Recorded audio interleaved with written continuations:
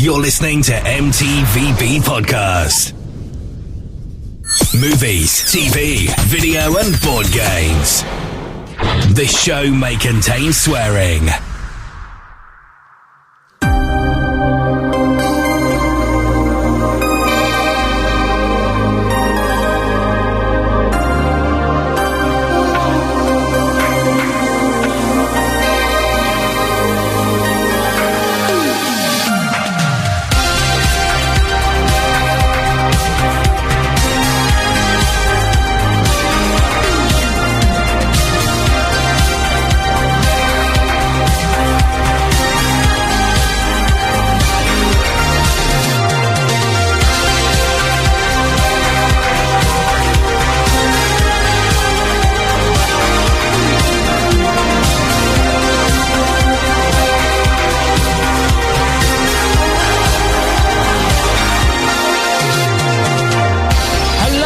And welcome to another episode of the M.T.V.B. podcast, the podcast that talks about movies, TV shows, video games, and board games.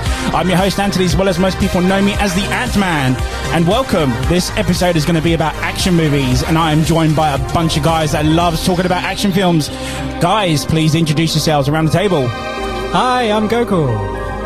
Hi, I'm John. Hi, I'm Little G. Hi, it's Kurd in the house. Hi, my name is Nash. Hi, I'm Gal. And I'm Big J. Guys, thank you very much for coming on the show again today. Hey. It's always a pleasure. No worries. Good to be back. Finally back. Yes. So, action movies, eh? Another movie episode, eh? Oh, another one. Are we ready? Let's do it. Hell yeah. So I guess we better start around the table for, have you guys always been action junkies? Do you love a good action movie?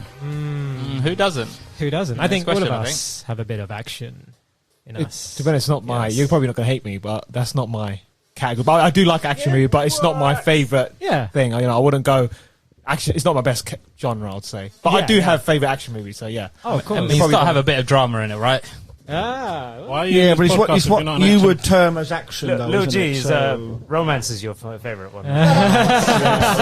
Should do one a topic on that one day. The rom-coms. like Brokeback Mountain, yeah? Chick flicks. It's a great movie.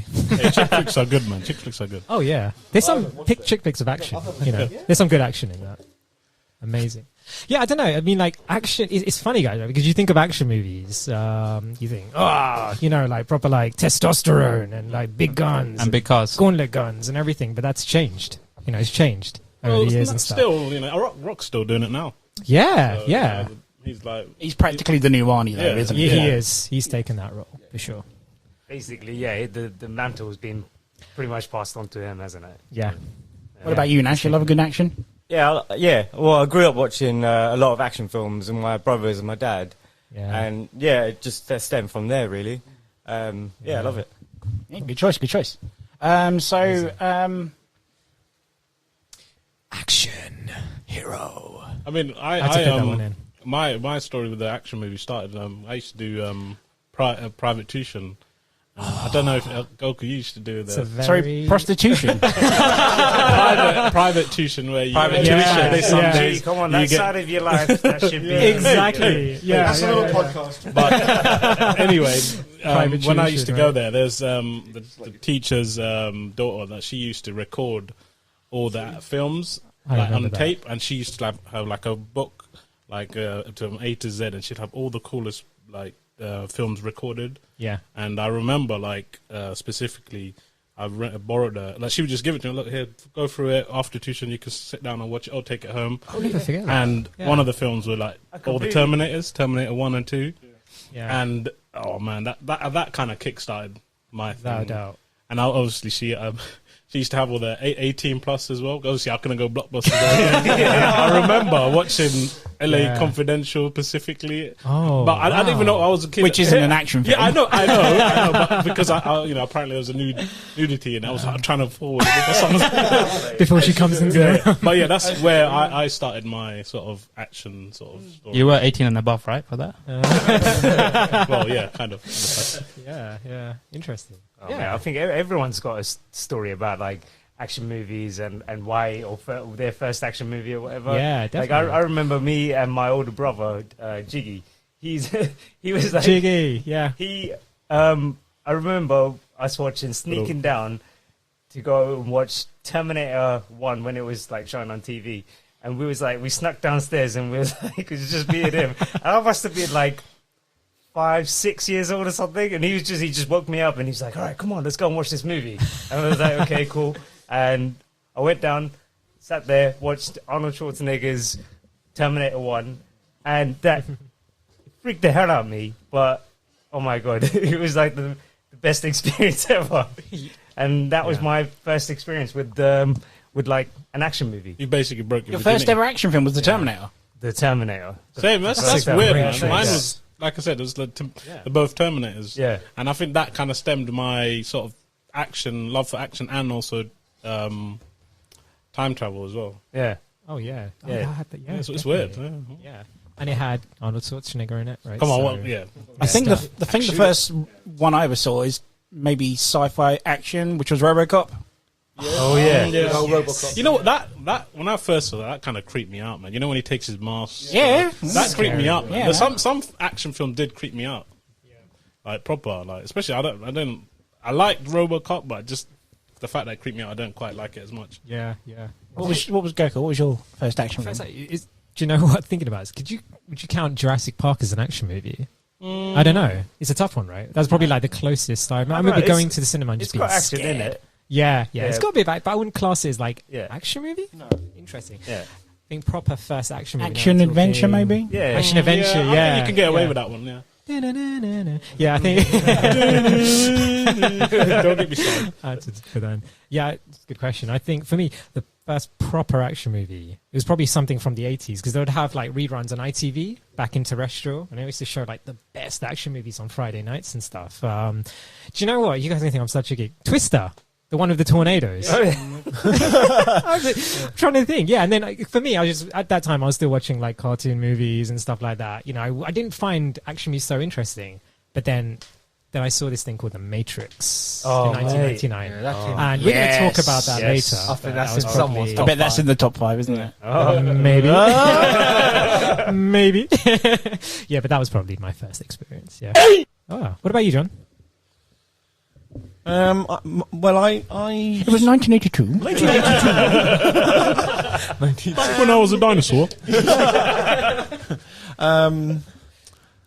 It's a bit hard to say, really, because I'm obviously older than everybody else here. I'm a big fan of Michael Caine, so I kind of remember growing up with films like Icarus File and Alfie and stuff like that. So wasn't really they weren't really action. Well, the Icarus File had a bit of action in it, I suppose. It was a bit more espionage than anything, but. I thought you were going to say Great Escape. Well, yeah, but that's what I mean. I mean, Great Escape is a good action film. But when you're on like Terminators and stuff like, yes, I watched them obviously when they all came out, so that would be the same time as you guys. But I'd been watching films probably 10 years prior, so. But it's when you say action, all you can think of. For me, when you say action, I think of Terminator 2 and Arnold. That's all I see, and maybe Predator, some of the Commando. You say action, that's all I see for me. But Kurj, what's your first action film? The one I can remember off the top of my head was probably... it's got to be Men in Black, actually. First one. Wow. Yeah. It's classed as maybe a sci-fi action. More sci-fi, but it does have action in it, yeah. I mean, obviously, like Big G suggested, it's all about just the guns, shooting, you know, big-name actresses. I mean, actors, you know, just acting in this full-blown out story. I mean, some of the times it might not even make sense, but it's, you know, it's action-packed. That's what people want and love. Yeah, you know. What about you, Nash? What was your first one? Again, mine's going to be Terminator 1 as well. I saw that when I was younger. Terminator 1. Yeah, Terminator. Yeah, Little G? Yeah, mine would be, because Predator, it's probably up there in someone, but I watched that when I was 12 years old, so I wasn't out. We know someone in the room that has a history of Predator, don't we? I think we've all seen it. We'll go into that later. Oh, God, why? That is another podcast. Yeah, no, that's what kickstarted for me. That and Jurassic Park, because I was really, thank you. I mean, I think Predator's more of a, was it horror? It was I was scared of it. I'd I was say a kid. Predator is part of action. Yeah, It yeah. is like sci-fi It's all horror in guns a way, and but stuff, I think 3/4 of it is pretty much action. I like that a lot because it had that element of fear in it. You didn't know what you're dealing with. So I think that's why that grabbed me a lot and kind of got me into action films. So I'm not big on guns. It had guns and firing, but Arnold was like everyone loved watching an Arnie film anyway. So I think that's what kind of got me into it. I think. Right. So before we go to the top 5, I'm going to ask Big J if he'll go out and talk about his Predator experience. Right. Hear me out. If you tell you yours, I'll tell you mine. It's about the trees. Okay. Show and tell. So, guys, for action films, what to you makes it an action film? Is it the big explosions? Is it the martial arts? Is it the car chases? What is it you love in an action film? I guess it's a bit of everything, isn't it? It's like the action, the guns, and everything like that. But you know, it doesn't just have to be about that. It could be like a martial arts based action film as well. Like there's the old 80s and 90s kind of like Van Damme type movies. They're all like, you know, all martial arts, karate type action films, isn't it? Bruce so they're Lee. like, you know, Bruce Lee's Enter the Dragon, stuff like that. That's a really good film as well. So it's just, I think it's what you relate to kind of thing, and like what you're kind of interested in more. 100%. I guess. Yeah. Nourish. Well, I'm gonna say like it doesn't need like a massive story for it. It can be a simple story. I got to mention Extraction. That was just a rescue kind of story, but it's so much action packed. It's like from the start to the end, it's just action. And when you say an action film, that's what you want, action. Yeah. What's that one again about? That's the Chris Hemsworth Netflix film. Oh, amazing movie. Oh my God, that's the Netflix one. Yeah, Have you not seen of course. Yeah, I saw it on day of release, like when that came out. Yeah, brilliant movie, man. I was about to kick you out of the room. That's like the most high. It had the most views of any Netflix movie of all time. I think in the first day, I think got released or something like that. Hold some sort of record or something like that. I remember a really good film. Amazing, like really good. And like my dad, he loves action films, and like he doesn't watch anything else, just action films. Like you go up to him and be like, Lord of the Rings or any other kind of genre, he'll be like, nah. Then you go into say to him, action films. This has got like guns and it's got violence and stuff like that in it, and there's explosions and stuff like that. It's making my dad sound really bad, but it's like, he's proper. He's like, I think he's a proper 80s. Like he loves. I think we should have got him on the podcast. Yeah, exactly. He would have loved it.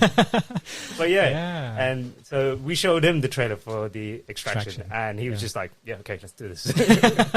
I love that film. So Gokul, what makes an action film for you? Oh, good question. I mean, for me, before growing up, I mean, Jurassic Park, one thing that blew my mind is the CGI. And during the 90s and 2000s, they got better and better and better. And then I started thinking, there's movies like John, especially from the 70s and stuff, a lot of them didn't have CGIs. It was real stuntmen, or the actors were actually doing it for themselves, you know? Like, I mean, a good example is like even just Tom Cruise. It was back in John's day. That was a proper action film. That was a proper action film. Like you could die jumping. Jackie Chan, the amount of stunts he had. Exactly. Like, now everyone would just do it like, I don't know. Like, they'll put a CGI if you didn't get it wrong, you know? It can easily be bones done. He broke and stuff like that. Yeah, exactly. Nuts. That's it. So for me, it's like believable action, but I like one with a good story as well, you know? It kind of flows and it has, to be honest, like, even in, like, you know, mentioned earlier about the fight scenes, if it has like a really good fight scene, I mean, talking about Extraction, did they have like some really dirty 7-minute scene where there was no cuts? Is it that one? Yeah. And I don't want to say more in case of spoilers, but that was, man, that just kept on going. It got to the point where I had to put like dry eye droplets into my eyes because I couldn't blink in case I missed something. It was so, you know. Action that was mean different things. Exactly. Yeah. So exactly, and everyone has their own different taste on it. But for me, that's what it is. Yeah. For me, it's got to be like Metal Gear Solid. I think for me, like, I don't know, actions. It's kind of changed for me now. Like, I did love a good action film before, like Bruce Lee, Jackie Chan's, and then obviously, you know, Arnold's explosion films and, you know, Terminator, Predator, this, that, and other. I think for me, I'm kind of going away from action films because it's all CGI now, isn't it? Yeah. Occasionally, one or two will like catch your eyes, but really, like the film that really caught my not recently, a couple of years ago, The Raid. Yes. And those fight scenes. I mean, some might have like rarely a fight scene that catches you. Like when I first saw Old Boy, that shot in the hallway and all those guys takes in all. I love stuff like that. There's no CGI in films like that, though, is there? So. Yeah. I mean that's clever. Like you know, like Old Boy, Kill Bill does some really good one shots. Or just hordes of guys just coming on and she's just taking them out. That's just fucking awesome, isn't it? And one for me especially, like the Raid's fighting scene is one of the best for me. I think out of like the music, I think Mike Shinoda. I think he does it. The guy from Linkin Park composed it. I'm such a Linkin Park fanboy. So well Linkin Park. And the fact that film was like low budget, like, and it's it must have made loads of money now. And the director's done the new show, Gangs of London. That's the same guy. Yeah. So those kind of things are what I love. Like low budget action's just on point. And considering it's an Indonesian film, it's directed by a Welshman. It just goes to show, some Welsh guys can fucking direct. Kurge, what makes an action film for you, mate? I've got to say, for an action movie, it's got to be two things I look for. It's a bit different from what Goku and Big G have said. It's mainly the cinematography, the way the scenes are shot. It has to be on point. Like if it's like with Raid, it's just close knit shots. One shot, one scene to the next. It just makes it that more thrilling. In addition to cinematography, it's got to be the soundtracks, the music that goes along with it. It's essential for a movie for that. And for me, that's what makes an action movie. Lil G?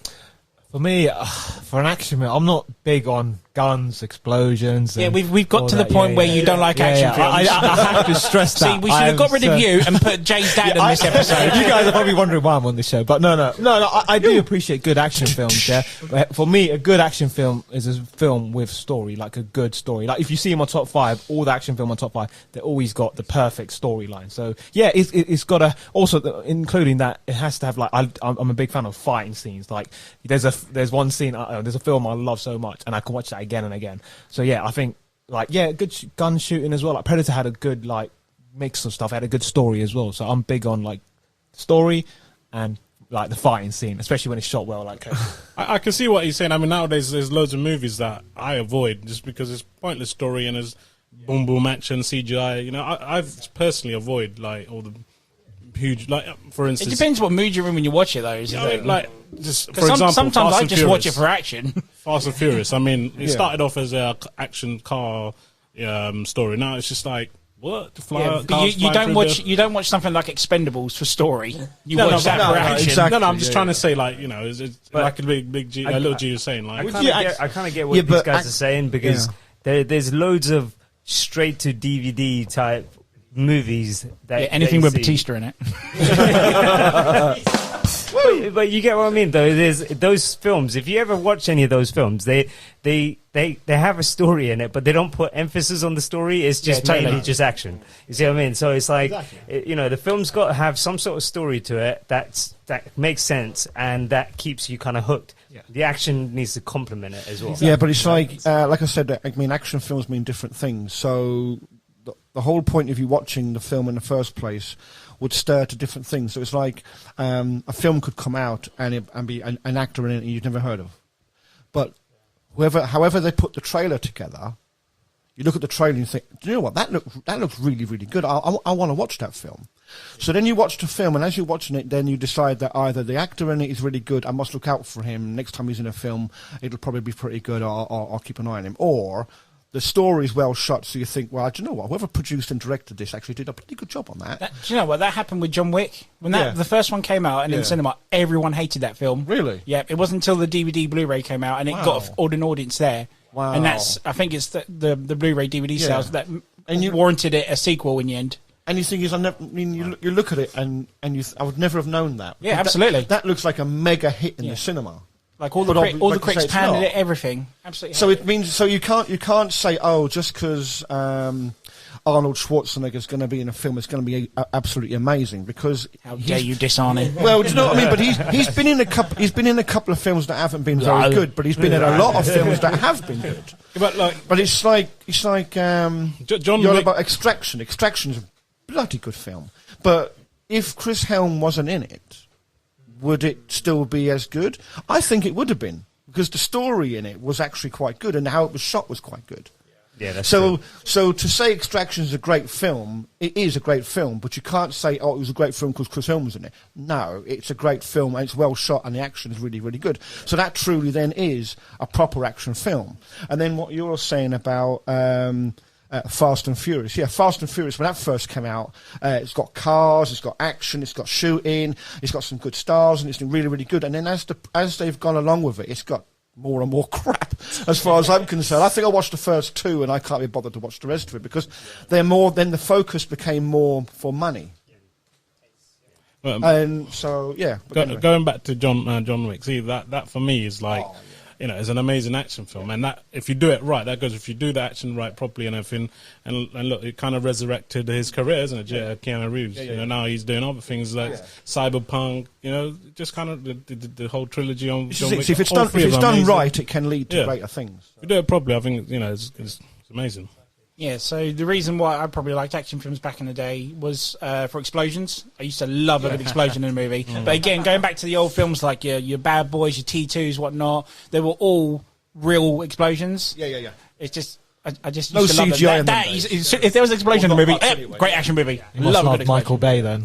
He's known for that. See, I did. Well, his early stuff isn't bad. Like The Rock and whatnot, I'd sit for that any day. But anything like... all the recent stuff now, let's put it that way. Would you watch a film just full on action, like crap story, just action? Absolutely. Are you serious? Yeah, I'm an action junkie. But then you see, but again, my media background, I don't just look at it for story. I look at how it's shot, what Kurt's saying, the cinematography, the score, whatnot. Because not being funny, choreographing a fight scene is a bitch, an absolute bitch, and especially to shoot it as well, it's fucking hard. So I kind of appreciate that when it's something that's just strict action, because that takes time. That takes a lot of effort. And you can't say a film is any good without watching it first. So if come back to what I said about the trailer. So the trailer is what hooks you. So it's not. And it may be because Joe Bloggs is in it. It's got to be good if he's in it. That's not necessarily true, because there are, like we've said, there are some actors out there that have made some pretty crap films. Not their fault. It's probably who's produced it hasn't made as good a job of it as what some other producer could have done, shall we say. But so the first thing that hooks you is the trailer, and then you think, well, do you know what, so and so's in it, so actually the trailer's good and he's in it, so it must be pretty good then. So you watch the film, and you might turn around and say, yes, the trailer was good, whoever was starring in it was good, and the story was good, it was well shot. So now you've actually built the whole thing out. But then it comes back to what we were saying about Extraction. Just because Chris Helm's in it, I think the film itself stands on its own without necessarily him being the success for the film, sort of thing. I just want to point out the M.T.V.B podcast does not sponsor Netflix. So I know we keep pushing a Netflix film, but we are not sponsored by Netflix. Okay, exactly. We don't get any procedures from it. It's proceeds even. Sorry. Yeah, exactly. Not yet, anyway. Yeah, and if you guys are interested, please let us know. So I guess my next question to you guys is who is your favourite action star at the moment? Or your all-time favourite? Or I'll tell you what, I'll give you two. Your all-time favourite and a current one. All right, yeah. Like on the spot, and yeah? Okay. It's up to you. You can think about it for a sec. Pass the mic. Dude, that's so tough. I'm going to pass it. All right, who's next? I'll go. For me, one of my favourites is probably Jackie Chan, like I mentioned him earlier. I think purely because of, his stunts and all the, practical stunts he's been done in the back in the days and stuff. Technically. I'll say my one would be Arnold. Are you talking old school, yeah? Or all time? Anyone. Arnold, Arnold, all-time favourite. I think that's probably Jay's as well. My current one, probably... Which one? the big one, yeah. And current, I'd say Dwayne Johnson, yeah, man. What? Old and new Arnie. Yeah, old Arnie, old. Well, yeah, exactly, yeah. I think my one all-time favourite action, he's done quite a few action movies, but it's got to be Christian Bale. just Good for call, Batman. good you know, call. just for Batman. Yeah. Can't let him Yeah. down. Yeah, I mean, he's done other good movies, Debatable. but he's. Oh, what do you mean debatable? No, it's a good Go one. on. Have you seen The Fighter? Like, Yeah, with but- Mark Wahlberg, yeah, that's a pretty you good know film. something? That was just not. Okay, would you say he was the actor? Well, like the action. I wouldn't actor. call that an action No, film. that's That's not more of a action. drama piece, really. Yeah, he was more. Yeah, but he was a brilliant actor in that. Okay, moving He's on to action. a phenomenal actor, but I wouldn't class him as like action sort of. Well, there you go, again, that's my definition of Oh, action. yeah. It's not like big muscles, big guns. Yeah, exactly. Same thing, but yeah. I gotta kind of go with little G over here. My all-time action hero from back in the day is Arnold Schwarzenegger. I knew it. Yeah. No, he's because he was like, you know, he does comedy, he does action.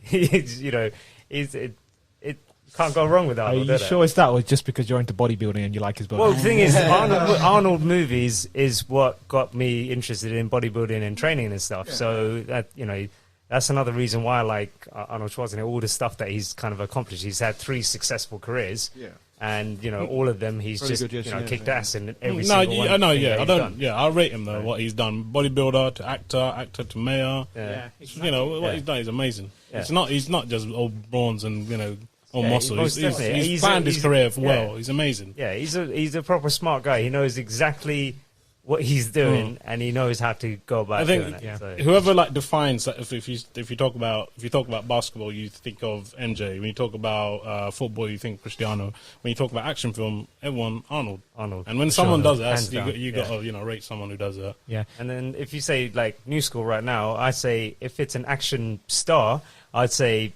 Dwayne Johnson, because all other actors they do action movies like Chris Hemsworth, or Tom Cruise. They all do action films, but they do kind of like other genres as well. Whereas Dwayne Johnson, his thing is, you know, the macho action hero.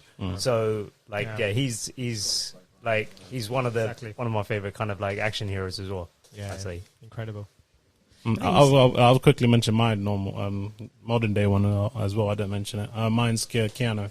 Recently, Yeah. So is Little J. I'm going to say my all-time favorite it's got to be Bruce Lee. I grew up watching all his movies. Yeah. Legend. Yeah, legend. And my current one, it'll be 2. It's like a tie. So Dwayne Johnson and Jason Statham. Oh, good choice. Hey, he got 2 in there. How do we forget about him? Cheating. Yeah. Amazing. Yeah. That's I can't. I'm still lost. Yeah, Man. I have to again, say, yeah. Bruce Lee. Yeah, I forgot about Bruce that. Lee. I'm going to say Master of martial arts. Yeah, man. Amazing. I'd say Bruce Lee. You know that. I'm with you, Nourish. What- Bruce Lee, legend. All time. What film from Bruce Lee? Yeah, what's your favourite? I'm going to have to say Enter the Dragon. I knew you were going to say that. That's in We your top didn't 5, isn't it? No, not really, actually. Oh. You know, I always preferred his first one, The Big Boss. Yes, I really, same. really enjoyed that one. Same. I enjoyed that one. Yeah, that was good. Yeah. Go on, John. I don't really have a favourite, to be fair. Well, you got to. You ain't got no choice. I do like a good Tom Cruise film, to be fair. But like we said, he doesn't only do action films. So I have got to go with Jason Statham, actually. I think I do like... I watch any film that he's in it. Not necessarily because he's in it, but he's a bit like Dwayne Johnson. He does do a lot of action films. I like Bruce Lee, so I see Bruce Lee in Jason Statham because a lot of the way that he acts and stuff, look, the martial arts side of it and stuff. So shit actor, good fighter. well, yeah. I mean, Because let's face it, Bruce Lee's acting isn't all that. oh no, exactly. Phenomenal in martial arts. That, no doubt about that. Yeah. But it's like Jason Statham. I wouldn't exactly say Jason Statham is an Oscar-winning actor for his acting. His action is good. The action. He puts a lot of effort into the action films, and he does make a film. It's a hard one for me because I'm more into the film than the actor. If you know what I mean. Like I said, I'm not drawn to a movie because of a certain actor in it. I'm drawn because of either the story or the trailer led me to believe the film was going to be good. Whoever's in it is like a byproduct, really. At least it's second. I mean, like you're saying, if he can't act, there's no point. But I think when you go back to Arnold as well, like he couldn't act. How dare you, sir? No, like he struggled, didn't he? Oh my! He's not the best of actors, but look how many films. No, he's still not the best of actors. But when you watch an Arnie film, you know what you're in for. Yeah, exactly. So he was actually going to be my favourite. I'm with Jay on this. Again, growing up with him, his action movies were phenomenal. He was the guy who killed the dude, and then he had the catchy one-liner straight after. The Predator one-liners are the best. So he started that genre. Really exactly, and then Bond did, didn't it? Really, and then he sort of done. But Arnie's was so cheesy, but you loved how cheesy they were. Yeah, exactly. Yes. Recent action star. Well, he's not really recent, but I do love Donnie Yen. I think he's one of my favourites. In fact, and I'm going to say this you're going to fucking know. I prefer him to Bruce Lee. I think he's better than Bruce Lee.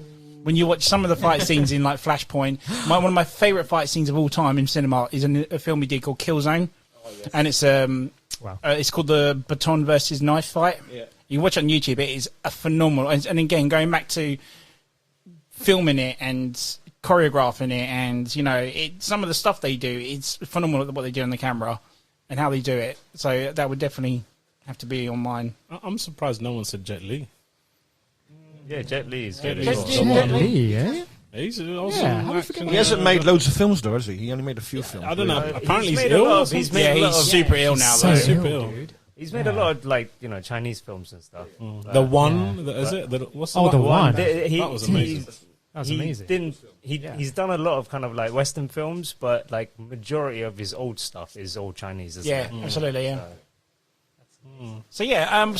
So my next question is: over the years, do you think action movies have changed a lot?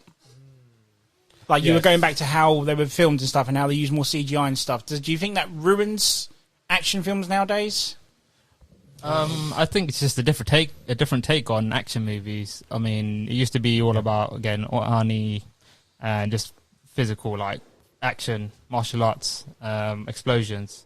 Whereas now it's recreated using a simple computer screen, and pretty much anybody can do it. I mean, Gareth Edwards in Monsters did it. I mean, that's not as much an action movie. I'd say it's more sci-fi. But the effects he did were. By the effects he did on it, it just shows what can be done in any action movie. Anybody can do it, and then it's just amazing. I think, it has changed though.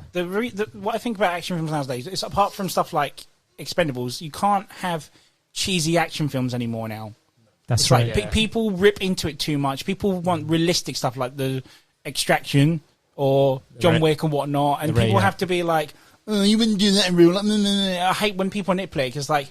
It's made cheesy for a reason, to be cheesy, and I kind of miss that with action films now. We can't have that Commando or Running Man or anything like that anymore now. That layer of cheesiness is gone now, and it's kind of sad, really. I agree, Ant. Yeah, it's true. It's like, the 80s, that was a thing. And, I think as time goes on, that kind of, everyone does the same, and people maybe, like, if you're a producer from their point of view, like, is this really going to make money? And that's the other thing now, isn't it? Once CGI kicked in, they can make the impossible possible. And it's things that they can do a bit like the Fast and Furious movies where a car is literally driving from one skyscraper to another. Or, you all know about this. Everyone listening knows about the endless runway.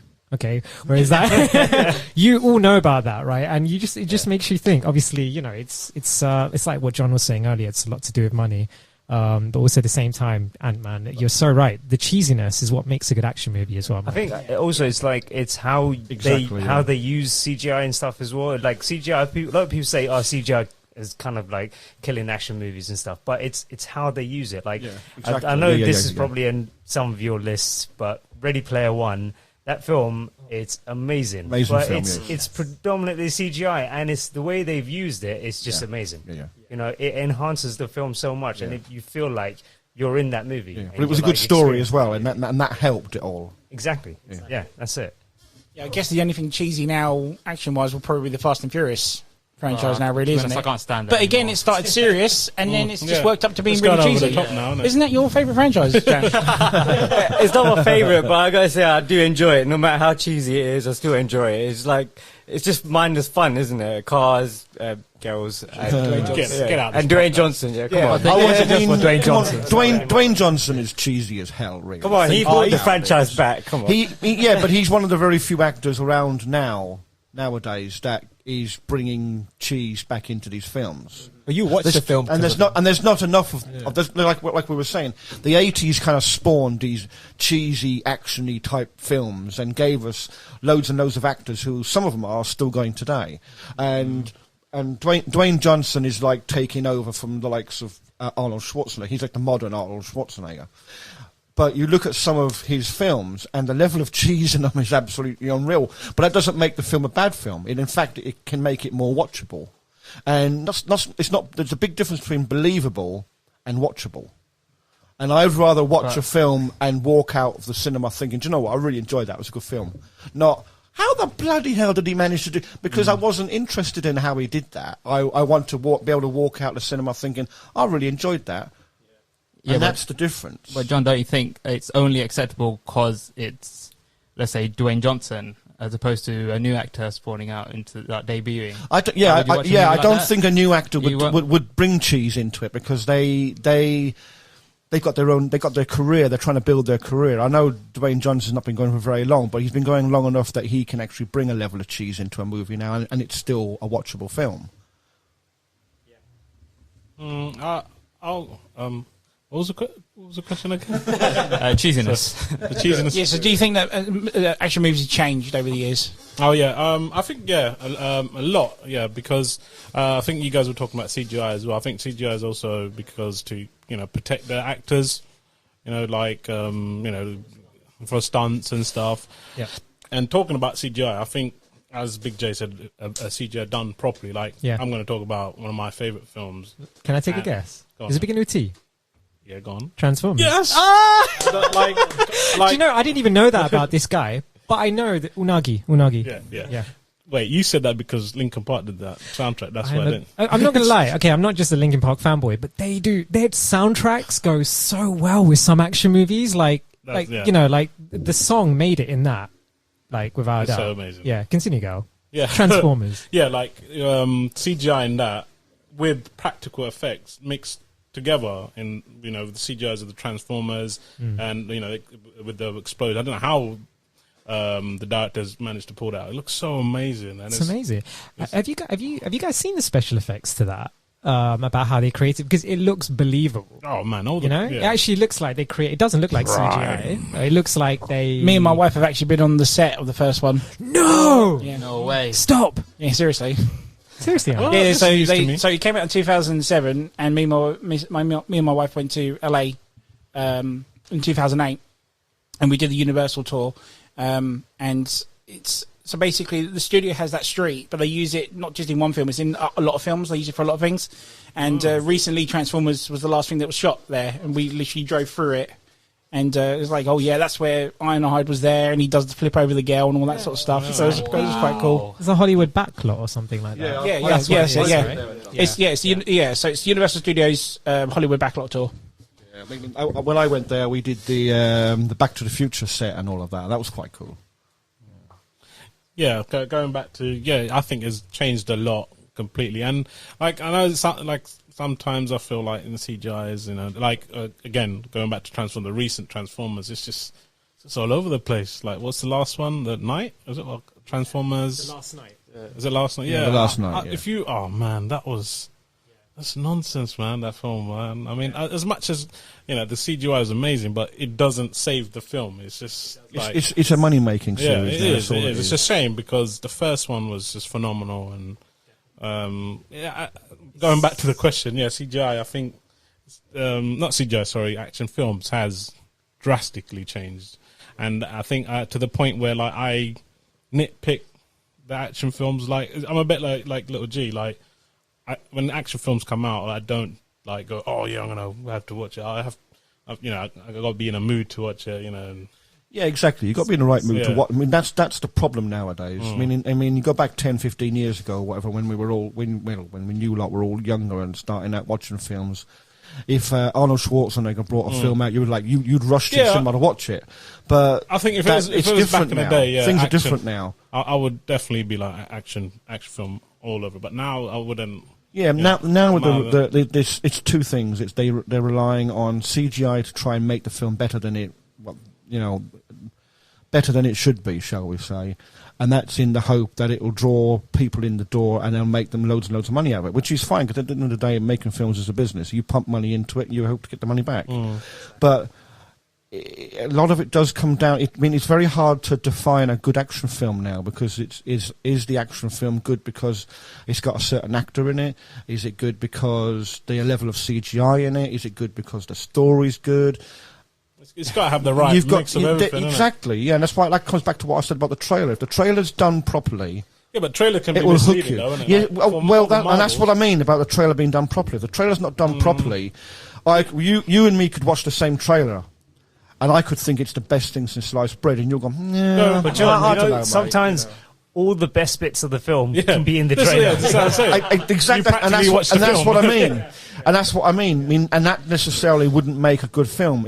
They put the best bits into the trailer to get people in the door to watch the film, because once you've paid your money to watch the film, they've got your money now.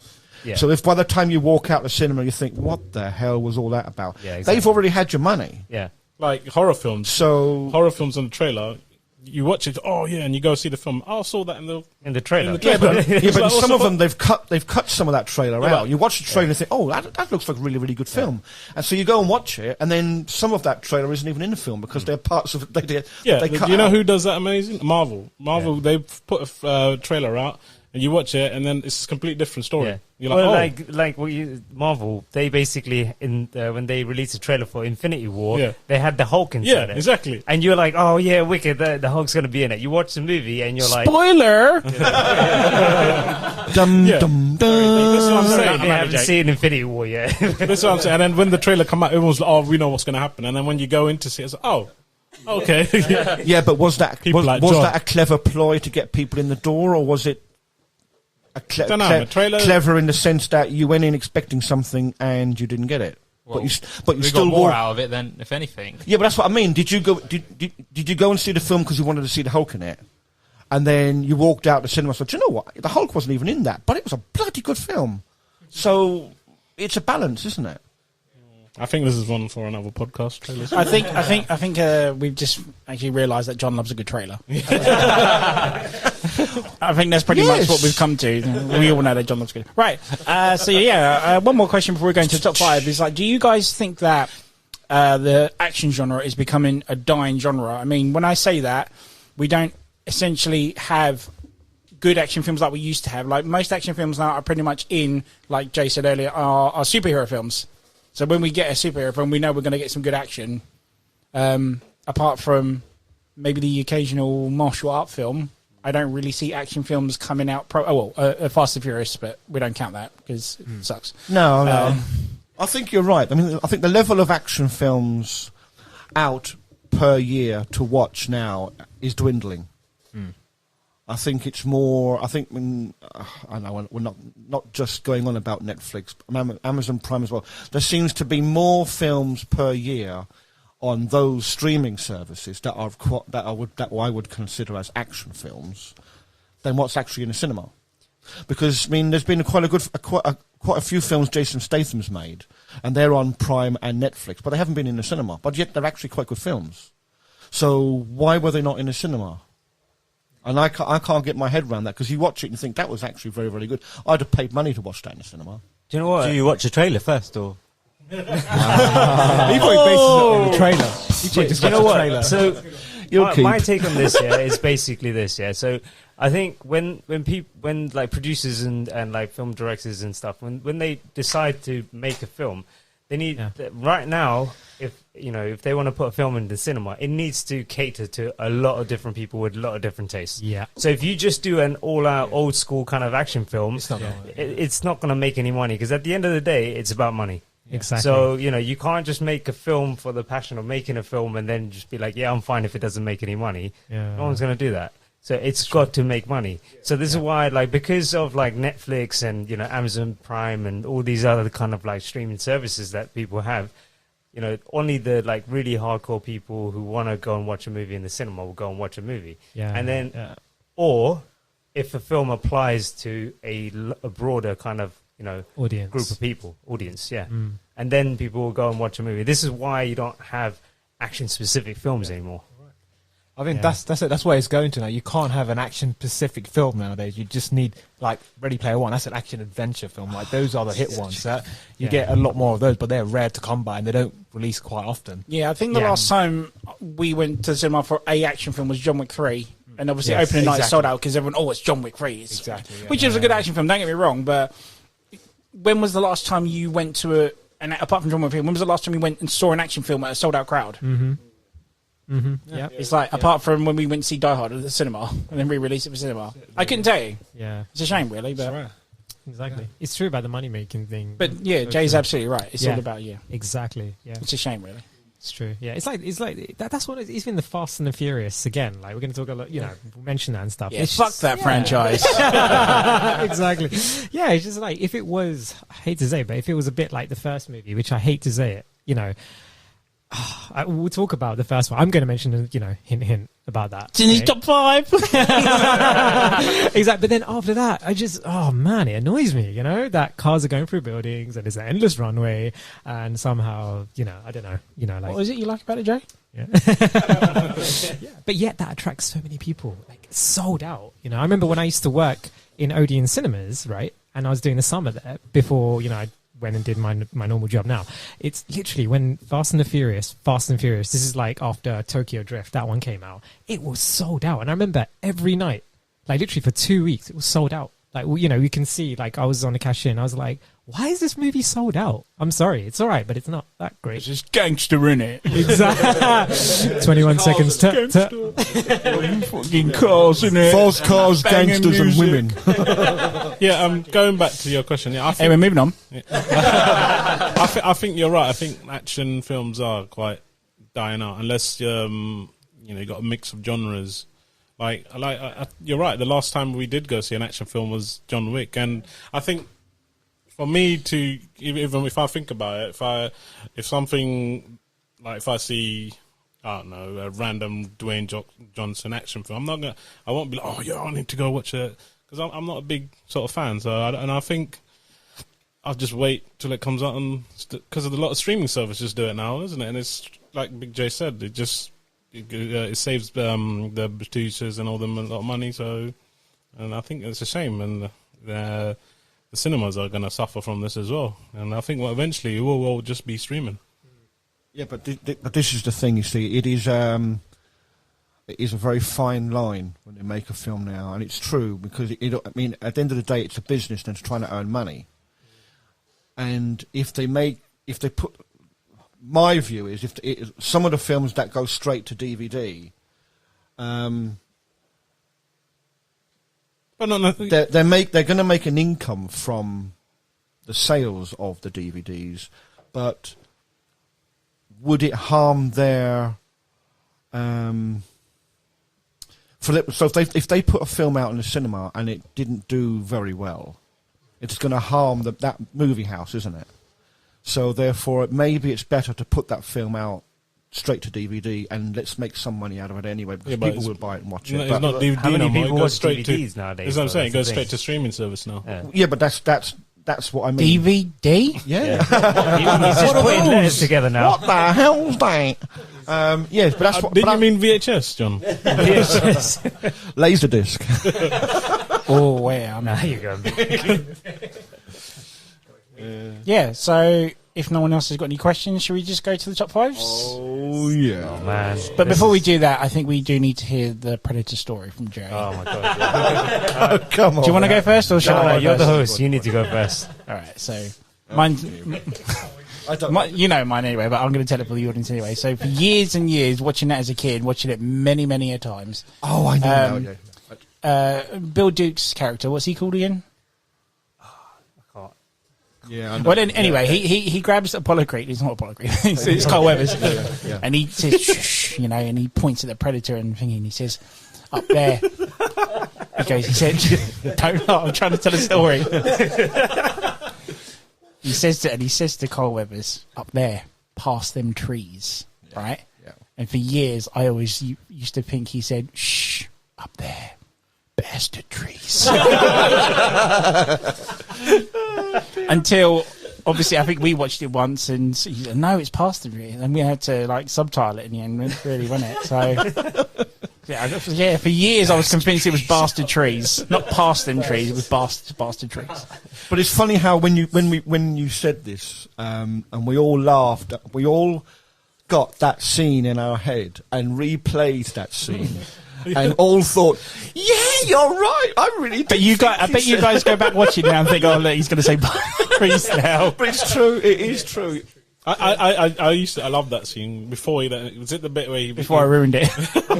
He used to shave his head as well. Like, his character, Mac. Wasn't it Mac? Mac, that's it. What's that? The quote from the other guy: Tyrannosaurus. What? Sexual Tyrannosaurus. Oh yeah, the guy in the helicopter. I can't do the quote. Drop faggots around there. This stuff will make you a goddamn sexual Tyrannosaurus. We'd be working, and he would just say these random quotes. It's amazing. So, Jay, let's see your predator history. Come on. Right. Okay. So this was back when I was in uni. There was a film that came out called Be Kind, Rewind. And the gist of the film was basically this guy's local video shop gets torn down or something, and then it's his favorite spot, and he's got all of his favorite movies in it. So him and his friend decide to remake all of their favorite movies, but using just everyday items that they have around them to create props and stuff to reenact. It's called Sweden or something, isn't it? Yeah, it's called Sweden the films. Yeah, so me and my friends, we decided to do Predator as a Swedish film. So so we went and shot this whole thing in 2 days, and we made our own props. It was we was doing a model making course, so it was quite handy because we had all the equipment to cut up things and make little props and things like that. So we ended up making a Predator helmet and doing all this stuff, and yeah, so I ended up playing Mac. basically, any character that wasn't white, I ended up playing that character. So I was I think it was 4 characters out there. So it was that's what Ant was talking about. Can you do the Mac impression? I'm having some fun. I'm having some fun. You know what I love about I watched You mean you're not white? 2 things I remember watching it is when the start of it, they actually got a toy helicopter and they're just flying through the Yeah, I remember that bit. Someone's doing the tune. And, is this still available on YouTube? Yes, it is actually available on YouTube. Yes, it's in. We shot it, and it's in 2 parts. So it's Predator Sweden Part 1 and Predator Sweden Part 2. Tell you what, when we post this, give me the link to the description, and I'll put it on there. Yeah, I will do. If you look at when he does the makeup for Mac, I'm not lying. He actually I've seen it, dude. I've seen it. He looks so nuts. Good. Yeah. Not bad for a white man. Right, so embarrassments aside, should we do the top 5? Here we go. do this. It's time for a top 5. Spoiler warning. Right, so again, I'm not going to go first. I'm going to put him on the spot and say, Nash, what's your number 5, sir? Okay, Terminator. Hey. And why is it number 5? Again, I grew up watching Terminator, didn't I? So I put that in as my top 5. But as number 5. For me, it is anyway. 1 or 2, sorry. It's his top 5, not yours. Exactly. My top 5, so yeah. Nice. That's the first one, Narish. First and second one. Yeah. Oh, okay, sorry. It's number 2. Do you want me to just go through it? No. Just your number 5. Oh, yes. Terminator then, yeah. What? Yeah. Okay. Nice. Big J? Beautiful. So my number 5 is. Oh my god! I've changed this list so many times. Even while we were doing this podcast, I was just re-changing my list. Yeah. I think my number 5 is The Raid. Oh, Nice. Good choice. Nice. very good choice. So my one's why is it number 5? You have to give us a reason why it's there. Again, I just remembered as we started talking about it, I remembered all the stuff that, thinking about all the stuff that you guys were talking about, like the cinematography, the way they choreograph the action, and it's just, the the martial arts ability of all the actors and the stunt guys and stuff like that, and some of the shots that they did and stuff. It blew my mind. So I just thought, it's an amazing film. It's funny. It was I watched it on my own, and I watched it with Jay loads of time, and every time we watch it always inspires, because it was so low budget. It inspires us to do our own project. We do end up doing other like not an action project. We end up watch it, and then we get influenced on making it because it's so low budget, and you feel like, oh wait, we can do that. Amount of times we watch it, like, oh, let's do something. Exactly. But that's I say we re-Swede Predator first, and then we'll do a braid Swede.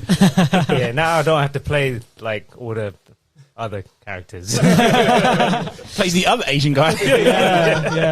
I'm gonna go watch it again. Jay, what's the martial arts in that one? What form of martial arts is that? Because it's what is it? Is that Indonesian Silat or something like that? Indonesian? Yeah, it's Indonesian. It's called Silat or something like that. Do you know, that is so underrated. That form of martial arts. Yeah. Brilliant. It's really good. The actors, he's come up as well. He's done loads of he's doing films. loads of films now. Yeah. I think he's in Fast and Furious as well, isn't he? Shut up. He's in a few. He's in like Force Awakens as well. He's in Star Wars. No, he's in loads of stuff now. I know he's in Mile 22. And that was amazing. My God, that's Great film. I bet that's your number 5. Yeah. No, number 6. Kurj, what's number 5? My number 5, being a big Japanese manga fan, is actually Alita Battle Angel. Oh, okay. Amazing cyberpunk movie. If you guys are into it, I'm sure all of you guys here have watched it. It's an amazing action movie. Got a lot of sci-fi. Oh, most of it is CGI, really. It's just the connection between the dad and how he recreates his daughter through this cyborg. And his dad turns out to be this bounty hunter. No spoilers. We've already done a spoiler one. It's just all good. That's. I just find that very amazing. It's just the way it was shot. It's full on action, but for me, it's got that drama bit to it. So it's very close to my heart. That movie. Isn't that going to be a part 2 to it as well? Is it? Or they're debating it on the moment because it didn't actually do well at the cinema, and it's a project backed up by James Cameron, so they have to give the James Cameron go ahead to do a sequel. Okay. They can in theory, whether they do or not is another thing. He's too busy with his Avatar movies, isn't he? Sure someone's got that in the top 5. No. It almost made it, actually. Really? Yeah. Top 10 then, I'll say. Vern Gully meets Halo. No thanks. Go on then, little G. I'll go on mine. choice. Okay, like I said, I'm into I do like action film, but I like it's good story. So my 5th one is Batman Dark Knight. Yeah, I'll go with So that. you know why it's my favourite. The story's amazing. The acting is brilliant, and I love Joker.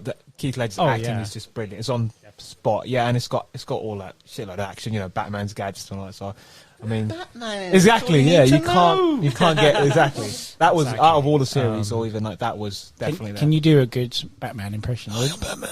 Batman. Yeah. Exactly. Yeah. Sounds like Batman with a cold. I got the flu. Why so cold? Can I just go back? Yeah, why don't we just go for everyone's Batman? Should voices? everyone do Batman voices? Yeah. The thing, do you think it was Christian Bale or Heath Ledger that made that movie? Oh, dude, that film. That's Keith Ledger, dude. Totally Heath Ledger. Heath Ledger, Yeah. dude. That guy's an actor. Oh, I don't like Christian Bale's amazing, but I think everyone could say that film made it because of It's definitely a scene stealer. Yes, he definitely. Did. Yeah, Batman must He's be stole that pissed. from He's gonna be the Christian fucking hell. That's the thing about Joker, though. Yeah. Do you Joker's remember- always been a very good character. Do you remember the same year that happened, though, when obviously the limelight was stolen because of Heath Ledger? Yeah. And then, I don't know if you ever know about this, he did that rant on the set of Terminator Salvation. Oh, Heath Ledger. is it? Heath Ledger did, because What did he say? apparently some guy, one of the lighting guys, got in his shot or fucked Christian up or whatever Bale it was, and Christian Bale just Lost it. out fucking burst big time. No. But I think at the same time he was going under pressure because he wasn't getting as much praise Right. as Heath was, even though Heath wasn't around to get it. Yeah. But it was kind of like stolen. Everyone was talking about Heath, not Christian Bale. Do you know why? Yeah, I don't know about you guys, but when you watched that film, did you find like you see Christian Bale as Batman, you see him playing Bruce Wayne, Batman, but when you watch Heath Ledger play the Joker, you don't see Heath Ledger, you just see the Joker. At no point did I think, it's Heath Ledger playing the Joker. I just thought Joker. It's weird. It's like for once the villain seemed like the superhero, like the hero, the one that we wanted to go and see the movie for. I don't know, maybe everyone has, different, different. But I think it's just the Joker as well. I mean, if you look at something like Suicide Squad, you wouldn't have watched that film if the Joker wasn't attached to that. Exactly. 100%. And that's what make those films. It is Joker. And you look at the latest one, Jack and Phoenix, not being funny, but that is an awesome performance. But that's the thing about the Joker. His character's so like detailed. Like if he's you're big on comic book, like how his character's kind of portrayed in that. Like he's done it so well, and that was the best version of Joker in my opinion. So Exactly. I don't think it gets better than that. 100%. Big G.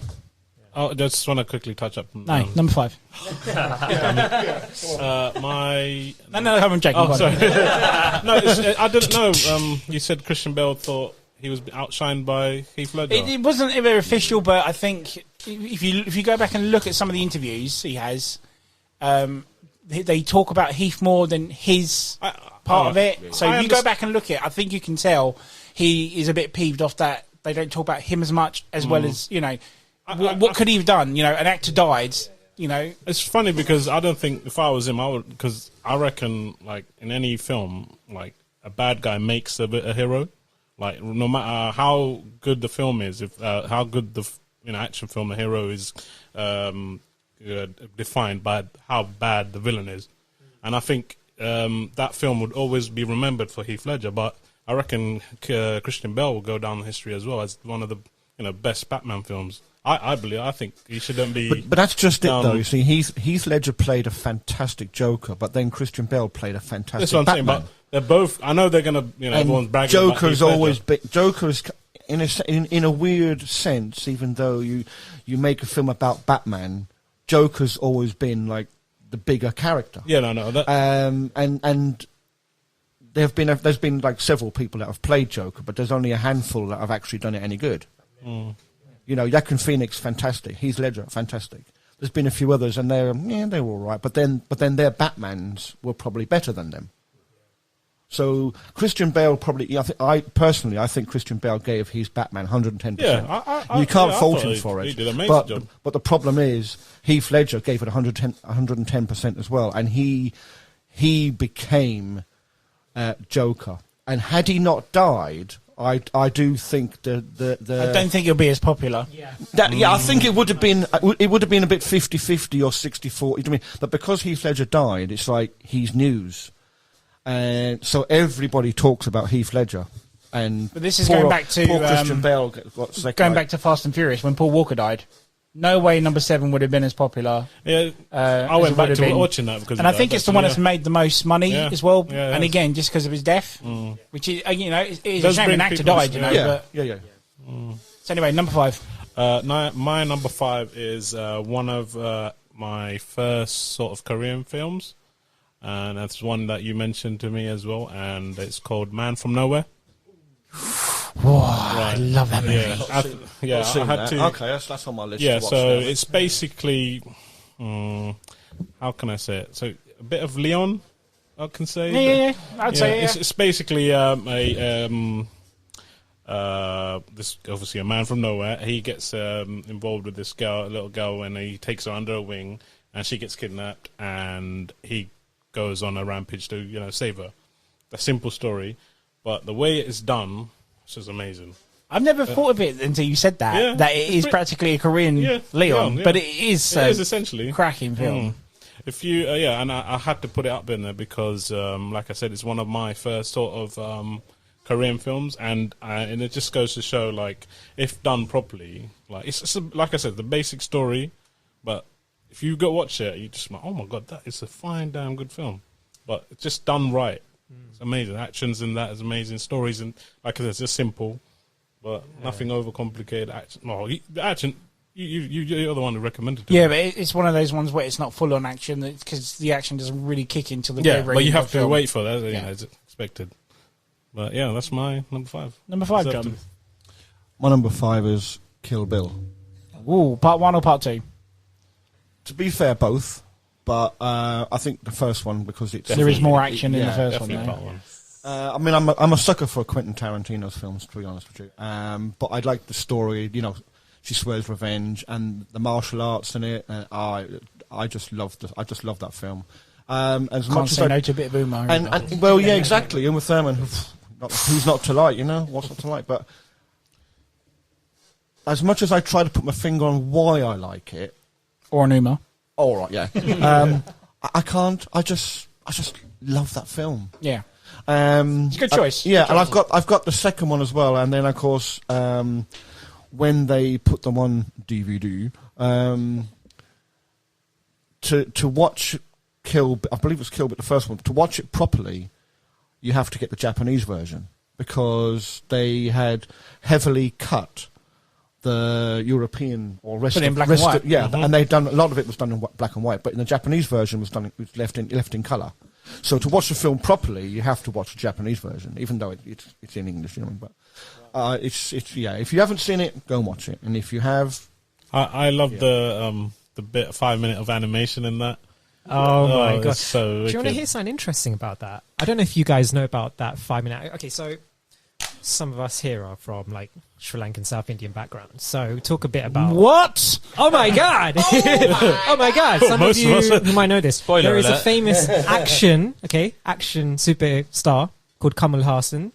And Google him for you who haven't watched it. But this is really interesting. Okay, Tarantino watched one of his movies, and I don't know if you know this is the one where he's bald, and there was a sequence in that was animated. Oh yeah, and he Yeah, quoted. he even says it himself. Yeah, in on an a interview. French interview. Oliver That was Dunn, the yeah. reason why I did this bit in Kill Bill, because I was watching this.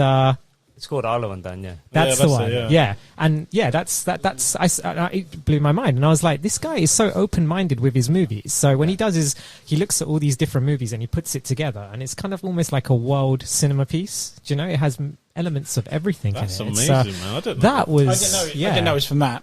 yeah, yeah. I mean, but let alone going back. I mean, talking about Kill Bill. Like John, that was a great choice, man. Yeah, I mean, was that number 5, John? Yeah. Yep, number 5. Good It choice. is Good a choice. serious film, yeah. Yeah, that's amazing. Yeah, it's like it just makes violence look beautiful. Yeah, especially how I don't know, but especially Well, no, because if you go back and watch the scene where he goes against, the bride goes against the Crazy 88. oh yeah, like 90, Crazy 88, I love 75 to 85% of the time, every time someone gets their limb cut off, yeah. you hear the sound effect of a waterfall as there's the blood spurt. You ever go back and listen to it? So again, it's like you saying, how he makes violence beautiful. Yeah. with the extra sound effects and stuff like that as well. Beautiful sound. Oh, I didn't know Oh that. my god. that's another reason why I like Quentin Tarantino. Yeah. You look at his films, and there's a huge story in his films. I mean, I love the Hateful Eight, and a lot of people don't like it. I love Hateful that Eight. film, But yeah. you told something, no, I didn't get it. But that's just it.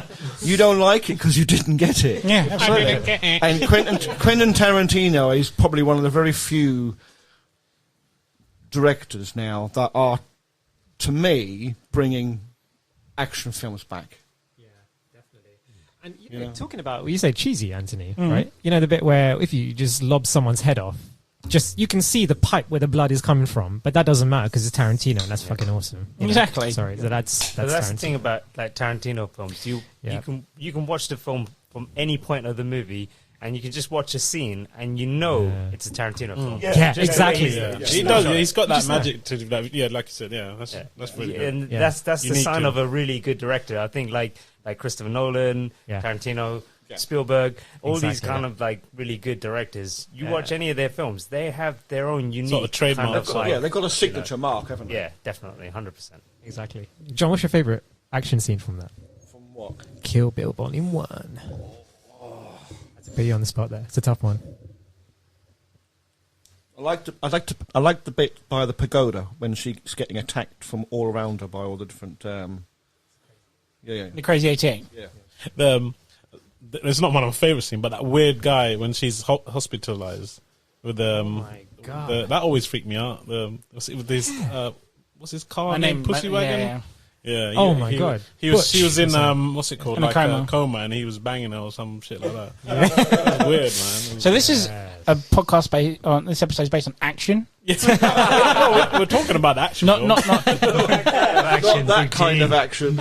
right. So go cool number 5. My number 5 is, I'm going to say it, The Fast and the Furious, the original one. Okay, then after that, it's dead to me. I'm sorry. Yeah, it's absolutely dead. Yeah. That was a true. Jesus, even when you're here, Jay, you get stabbed. No, at least it wasn't on my top 5 though. Is it not in the top 5? Is it not in the top 5? Wow. I bet Hobbs and Shaw is, right? Yeah. Hell no. Maybe because he knew he was going to get grilled, so he didn't put it. So why is it in your number 5? I'll tell you why. And when that first movie came out, I remember Gal showed it to me. I was at Gal's house and stuff, and this is during 2001. And I saw the trailer, and I was like, "Oh my god!" And it had the scene again. Spoiler alert! I'm going to give you 3 seconds to just skip it. Okay, it's the bit where he goes underneath the car. You know, the car goes underneath the truck, and it comes out. That's the side. opening, yeah. Yeah, exactly. Yeah, and just little. I don't know, that one scene. I was like, "That's never been done before. What the hell is this movie?" A bit driving. Yeah, This is callback to Goku playing Burnout back then. Remember I told you? Oh Burnout, yeah. He used to crash these cars and You can see where it started from. Yeah, I guess you just like the crashing, The crash, exactly. And then obviously, I mean, that started again like a little pop culture thing, didn't it? Because with that, you see people in touring riding down with their customized cars, and it's like a shit like Vauxhall, you know, and it's got like a flame on the side, and it was sick. Didn't that start the show Pimp My Ride as well? Yeah, After yeah, that, exactly. Or was it before? I don't know. Maybe. And I mean, this is again with Exhibit. Ecstasy. Yeah, Exhibit. Exactly. Who was on the English version of that? Oh, Westwood. Yeah, Westwood. Yeah. What a prick. Westwood, if you're hearing this, yes. Westwood, if you're hearing this, you suck. Exactly. Yeah, but no, for me, I think the Fast and Furious, the reason why it was good, it was a true like underdog story. And what would you say underdog story? But it's like LA at that time. It's more of the undercover story, isn't it? Of undercover the cop scene. Yeah, exactly. And they did it so well because they were portraying a true, like, could you call it a vice at that time? Because, you know, it was illegal street racing. And, you know, that was a thing that not many people knew about, right? Till that was only Fast and Furious. Those in the first 3 were all about cars, right? That's then it just got blown up. No, just the first one. One, yeah. Tokyo Drift was about cars, man. Number 2 was like throwing in a bit of that rap scene and that Chardonnay and ever champagne. since Tyrese Gibson was in it, I was done with it. I'm sorry, yeah, man. He just a guy brings my piss to a boil. I got to say, like, Yeah. the first 3 were pretty good. Like, Yes. I loved the what's his name, Vin Diesel's character. Yeah, about the family. It wasn't in 2 or 3. But I love the first 3. But I think again, the music. Yes, was phenomenal as well. Definitely, you hear the music on that, and you wanted to download it. You know, at that time probably, especially in Tokyo Drift, right? Yeah. But talking about the first Fast and Furious, guys. Okay, going back to this, I have to tell you because that movie, the reason why, like, again, it was good is because it was an action movie. You know, it was an action movie with cars. Again, not CGI. This was real. Like, you know, they actually was stunt drivers in their cars, risking their lives to do these kind of stunts. That's how it should be done. Exactly. Yeah. And Paul Walker, you know, legend in that. Again, big shout out to Michelle Rodriguez. I'm a huge fan of hers, right? And that really made it. Yeah, but I seen that movie and I was like, she's sick, you know. So yeah, you know, that's another thing. But Fast and Furious was great. It had a true story. It had everything in that kind of movie. You know, we're talking about like the whole story of this cop, and he gets, you know, something happens to him, and they're like, oh shit. I don't want to spoil it, please. If you haven't seen it, watch it. You know. I'm getting the urge to watch it again now. Yeah, exactly. Yeah, it's one of those movies, and yeah, it's just it kind of, you know, it's just a nice story. You know? Then after that, they destroyed it. So I don't know if you know much about this town that you're in at the moment. Oh, so in Crawley. So basically, when that movie came out, which was 2001, all right, every street in Crawley had speed bumps installed because every chab under the sun was getting their Fiat Puntos and drag racing in Crawley. Oh my! So now God. my car has to suffer speed bumps because of the pricks like that. Damn you! It's probably one of them. Jay as well, little Jay as well. It probably was. Yeah. And it's Corsa. It's Ford Puma. Do you know what? My first car was actually a Corsa, and I kind of did race it though. Did you pimp your ride? You think he's a gangster? No, I couldn't afford it. Did you get Westwood to do it for you? I swear you were on one of the episodes. Gangster, innit? So my number 5 is a early 90s Chinese film. Ooh. And it's actually a John Woo movie. It's called Hard Boiled. Oh my God! How brilliant! And that movie is like one of the ultimate action junkie films. It's like, it has a great story to it, but it is just full on action, like the explosions, the speed bike chases, and there is one of the most phenomenal shootout scenes in it, which is all done in one shot. How they choreographed that scene If you ever watch it, look up on YouTube. I think it goes on for like 7 minutes. And there's not one fuck up or anything like that at all. It is superbly shot. And it's a shame that you don't see much of John Woo now. I think he kind of went after Mission Impossible 2.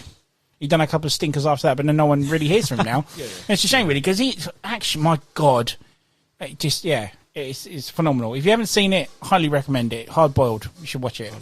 Yeah, I know of it. Brilliant. I can't tell if I've seen it. Jay, number 4, sir. What's your number 4?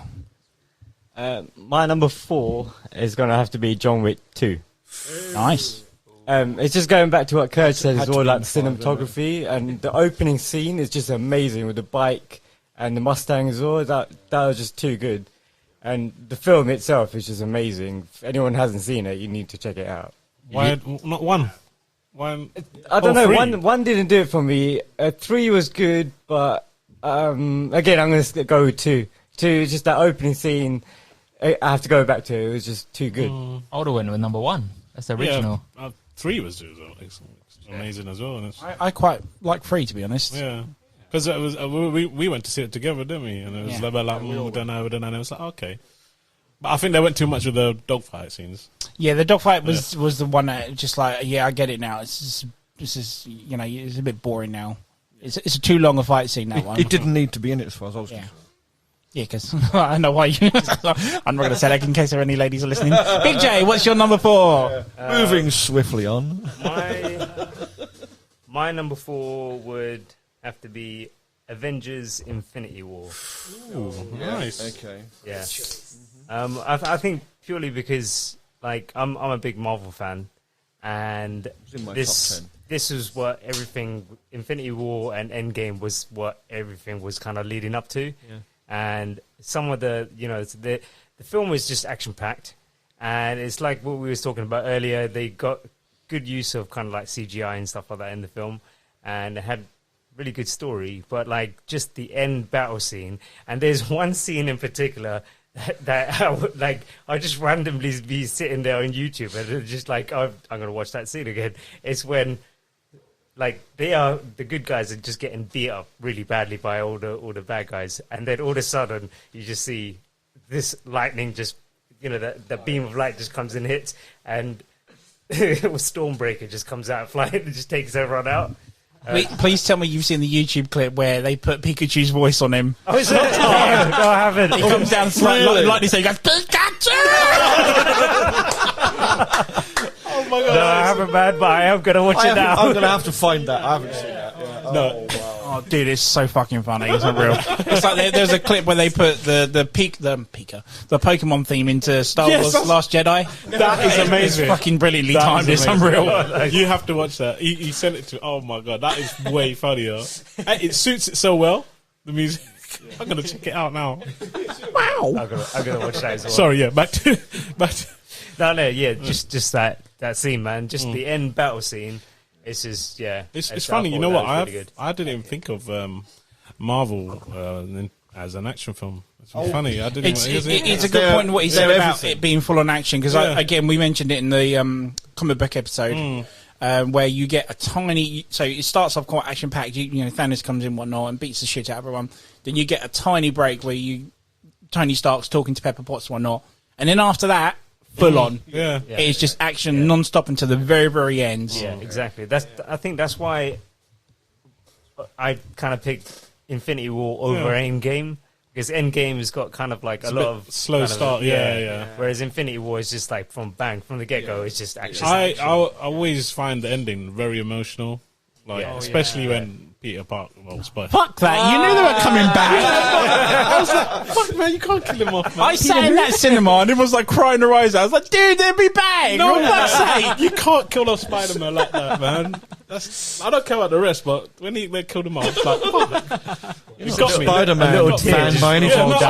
Every time I watch that scene, I don't know if he does a good job of it, but I just get, oh man, it's my boy, man. It's my boy. So attached to him. It's fucking pansy. Yeah, I've got a soft side too. Yeah. Jay, that's a good point. Yeah. Like it's funny. You when you you never think of that like as being an action movie. Like, if you were to look at the genres, you know, that would be classed as an action movie, you know. And about, you know, if there's a podcast on this, and you guys should listen to it. It's great. Had like a few guys over there as well, and it was such a good podcast because they were going into depth about that as well, you know. So you know, that being classed as like, you know, an action movie, people forget that because you think there's going to be a genre for comic books, right? But it's an action movie. You know, like going back on what I was saying, it's like it's not kind of like, you know, typecasted to one kind of genre, isn't it? So it applies to everyone. Yeah, it's got a bit of everything, isn't it? Yeah, and it applies to little kids. Older people can watch it. Anyone can watch it. You know what I'm saying? So some of the humour goes over the kids' heads because it's adult humour. Yeah. And the kids will laugh because they hear the adults laughing, but it's only the adults that will get the joke. It's very, very clever how they do a lot of it. Yeah, exactly. Can I ask, has your dad watched it yet? No, he only watches the hardcore action stuff. Boom, boom. So, Cuz. All right. So my number 4. Sorry, Goku. I know your favorite was number 1. Oh my god! But I actually preferred number 3, Tokyo Drift. Can I tell you something? I love that. Yeah, just as much as number 1 did. Tokyo, innit? Or Tokyo, yeah. It's just the whole culture, you know, I love about it. They mix the Japanese culture, which at the time and still now people are so kind of interested in, you know, and they kind of mix that with Fast and the Furious, which again, fast cars and, you know, that kind of... Well, I don't think I've said it, but yeah, it's Tokyo Drift, just for the record. Yeah. How cool did you think of that Hulk car that pops out of that? Oh, you know, my God. Did you actually like that? Bow Wow's car. I love that, didn't you? Yeah. I thought that was sick. I like that garage. I'm sorry. I got that garage in my house. I don't know if you guys have seen it. It's like a spindle. It works in like a cycle thing, doesn't it? Is that actually real, or is that... It's real, dude, it's real. In fact, when we went, if you can see, there's a few cars that were, like, garages were like that, and you can see they're on the actual... They had like 4 like buttons, 1, 2, 3, 4, and you press it, and then that car will come down. Wow, it's real. I'm not a fan of the film, but they're like vending machines for cars. I always thought that drift is that actual proper drift? Yeah, of course it is. Real. I think there's like one shot where it's like tiny gap between the car and the wall because it's shot in slow mo. That's CGI'd. Yeah. But the rest of it, where they're actually drifting up, is How real. can you drift for that long? Can you actually drift that far? There's a cameo in Japan. They do that professionally. They're professional drifters. That's right, do Jay. it. Yeah, the car's built for it. It's the camber from the axle, the way the wheels are. I mean, they point basically. If you ever see some of these cars where the wheels point like slightly outwards, that's what they're built. They're built to drift. But that's so. Driving down the road is one thing, but they're not exactly doing their tyres anybody good because they're only wearing one side of the tyre. But the reason the wheels are at that angle is so they can do the drifting. Because when they drift the car, all the weight goes onto that wheel. So now all of that tyre is in contact.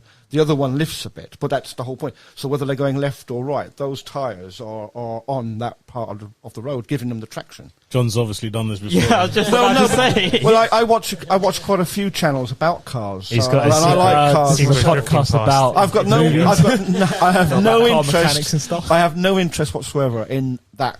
Those films, they don't appeal to me. I just know that's... I got a question. Are you the reason why Corley's got speed bumps? Nope. I'm built for comfort, not speed.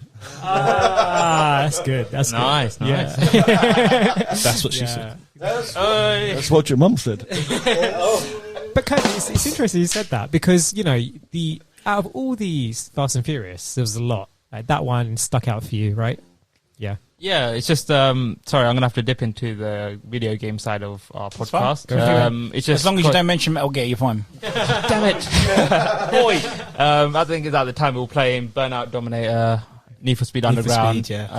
Just all that customizations of the car, you know, decorating your car with all these vinyls, you know, your tires, bumpers, and whatnot. You know, making it to the top of the blacklist. Come on, how cool was that? Yeah, I remember Nash after watching it. He was trying to draw on his car. Stop making up shit. He had like pre-made. Like, come on, Nash, you're back on the episode. Fight back. He was using. He couldn't afford it. Yeah, so he got. Well, shit, was it his magic markers out or something? Did he? he was like, spray painting his wheels and stuff. Dude, that's plastic. It's not even rims. Let me be a gangster for once. Oh, yeah, but that's what kids today kind of do, don't they? That's why you see so many Puntos and Novas driving around. They've got these massive wheels and if he's in his 40s, right? And you think, they'll take a little, like a Vauxhall Nova or a Fiat Punto or something. It costs £5,000 or £6,000. Or a Corsa. Yeah, or a Corsa. But they'll spend 30 grand doing it up. And you think, you could have bought a flipping BMW M3 for that money, but they get, that's the whole point. They get the enjoyment of doing that car up. Yeah, but that's what that film did, didn't it? Well, yeah, that's exactly it. It spawned that sort of car, genre, which comes back to what Ant said about when the film first came out. All those speed bumps had to be put in because people were just driving like flipping lunatics up and down the street. That's the power of the movies for you. Little G, number 4, sir. Okay, my number 4 is Predator. I don't know how you guys rate your Big J's number 1. Yeah. I don't blame him. Yeah. Damn, it's in my top 5. Yeah, I rank it based on how many, like, when you say an action film, that is, like, the action film. And I go through phases of, like, watching it. Randomly I come in, I thought, I feel like watching a film. And I see that on, I think they had it on Netflix or one, I'll just put it on watch it. And I've seen it so many times. And I can watch it, like, if you ask me, do you want to watch Predator? I'll watch it. And I've seen it so many times. I even bought the Blu-ray, the 4K for it. Like, how many times have we seen it? It's amazing. But yeah, again, they had a good story. It had Arnold on it, so that was it. And it had them bastard trees. Action. And the bastard trees. Bastard trees. Even since he told me that, that's all I hear. Bastard trees. I can't hear anything else anymore. Well, it's like that sketch with... I'm gonna have me some fun. I'm gonna have me some fun. I'm gonna have me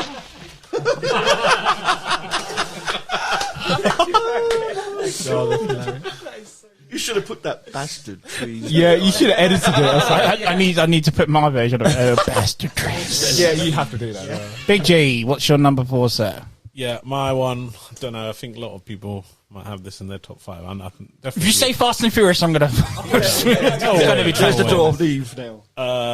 For me, Terminator 2. Boom. Good call. Granddaddy of all actions. That's not your number 1.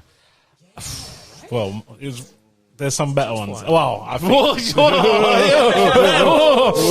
Statement. It is bold, but I think to make it's your top 5. Yeah, top 5s for me are like the best films for me. So having number 4 or 2 doesn't matter. But going back to Terminator 2, I think, like I said, it's the start of my sort of love for time travel and obviously the action as well. I think the iconic, like, the scenes that I remember from it is when obviously the motorbike scene with the shotgun. Oh, yeah. Come on, exactly. When that 18-wheeler truck blows up, it's got one of like the best explosion / sound effects to it. It's like, and they go, and then so good. So again, there's not many action films where like Little G just touched on that as well. Like you can't. Like you won't get fed up watching it over and over again. I can watch it now and then watch it tomorrow. It's just have so much fun with it. Playability, it's got one of the menacing scene for me is that dude that plays the liquid Terminator, Robert Patrick. Yes, dude. When he runs after them, that fucking freaks me out, man. It's like the way he runs is just dude can menacing. run. Yeah. Well, bro, then he could. Well, yeah, exactly. Do you know that's 30 years old next year? Dang. Wow. Yeah. Didn't you not get no, okay. 4K transfer didn't get a very good review, so I didn't bother in the end. Okay. Shame, really. Yeah, the granddaddy, and I think the story in that as well is amazing. The fact, the time travel element of it. I can't go into detail because everyone probably knows about it as well. Yeah. Just overall, damn good film. Plus, it's Arnie with a Gatling gun. Come on. Yeah. Oh, come on, exactly. I'll be back. Yeah. John, what's your number 4, sir? My number 4 is 6 Underground. Oh, Michael Bay. I see? Yeah. I can't believe you got that. Huh? You don't like it? No. Well, I think we all had trouble trying to put the 5 together. That's good. And how many films do you think we've taken in, put in and out, and so on? And I was like that. And no matter how many, I've seen it quite a few times, and every time I think about it and how I just enjoyed the film. Really, it's a modern film. Was it last year, 2019, isn't it? But the action in it it reminds me of an 80s film. How well it's been shot. So, when the film, and at the end of the film, I was like, do you know what? I really want them to do another one. And there's not many films you can kind of say that about now, because Marvel movies, yeah, you want another Marvel film sort of thing, but there's not very many films out there. You get to the end of it and think, do you know what? That was damn good. I can't wait for another one. And that, I'm not a big fan of the film, but that scene with the magnet is pretty freaking cool. Yeah. The opening scene alone for the film was like 10 minutes long. Yeah, the car chasing. Yeah, and then, well, spoiler alert. One of them dies. Yeah, straight away. And then the credits for the film go, and you think, what? Oh, it reminded me of a Bond film, because you know how the Bond films go. Their opening scene goes on for like 10, 20 minutes, and then all of a sudden you're into the Bond film. And then Six Underground did that for me. I mean, it wasn't a couple of minutes chased around, so it gets caught, whatever. And it went on for ages. I thought, when are they actually going to come up with the credits? And I just loved it. It's a good film. Really good film. Nice. Go cool. So what's your number 4? Oh, number 4. Okay, my number 4 is Transformers. And I say this for a reason. Michael Bay. When you think about it, Michael Bay is a great action director. Well, in my opinion, he's got some good ones, and like that's pretty much it. Though. Yeah, that's all he's got. Exactly. If you're really into your military kind of action movies, Michael Bay, he's the type of guy. He's got kind of contacts, and he's got permission to use a lot of the American U.S. Forces technology and stuff. In fact, even with Transformers, like the helicopters, the Apaches, everything you see in that, the U.S. government actually said, "Listen, use this in your movies. Okay, it's a bit of Americana glorification. We're amazing, whatever." But the way he does his classic, like his almost 0.75 speed, kind of transition with the helicopters silhouetted in the sunset, almost something out of Apocalypse Now. Those kind of scenes, they look really good. And Transformers, the reason why to me it stuck out was the experience. Now we're talking about cinema. And I remember, true story, I went to see the Simpsons movie. Okay, this is the time when you can finish the movie and sneak into another scene. So me and the three of us, me, my brother, and 2 of my other friends, we kind of sneaked into seeing the Transformers, right? And it was packed out. Like, it was filled. And we were like, Simpsons only had like half of it, like, the people there, but this was packed out. And I had this kind of stigma going in thinking, this is such a cheesy movie. I don't want to see this, that kind of thing. And I walked in and I thought to myself, okay, let's just find a seat. And we were like split up. And I could see my brother sitting down, and he had this huge, like, mushroom haircut, which again, which was coming out of the 90s. So it stood on him. So I say that for a reason. You can see him in the distance, right? Silhouette of his head. And this movie is playing, and there's so much going on in the screen. His head is like twitching like that because he's sitting right at the front, and he's trying to keep his eyes is trying to keep in track with what's happening. And there's so much going on. And going back to about this being, was this a CGI movie? Because we came out thinking, was this a CGI movie? There was parts flying out and everything, and it turns into this like car and like airplane, and it's like Optimus Prime, and there was so much thrown in, and you had that random humor that gets thrown in as well. There's a bit where they're talking, and then it cuts off, and there's like an Indian guy, at the telecommunications thing, and he's like, his little things like that. They threw it all in, and I think for what spurred it for me was the reaction of the audience.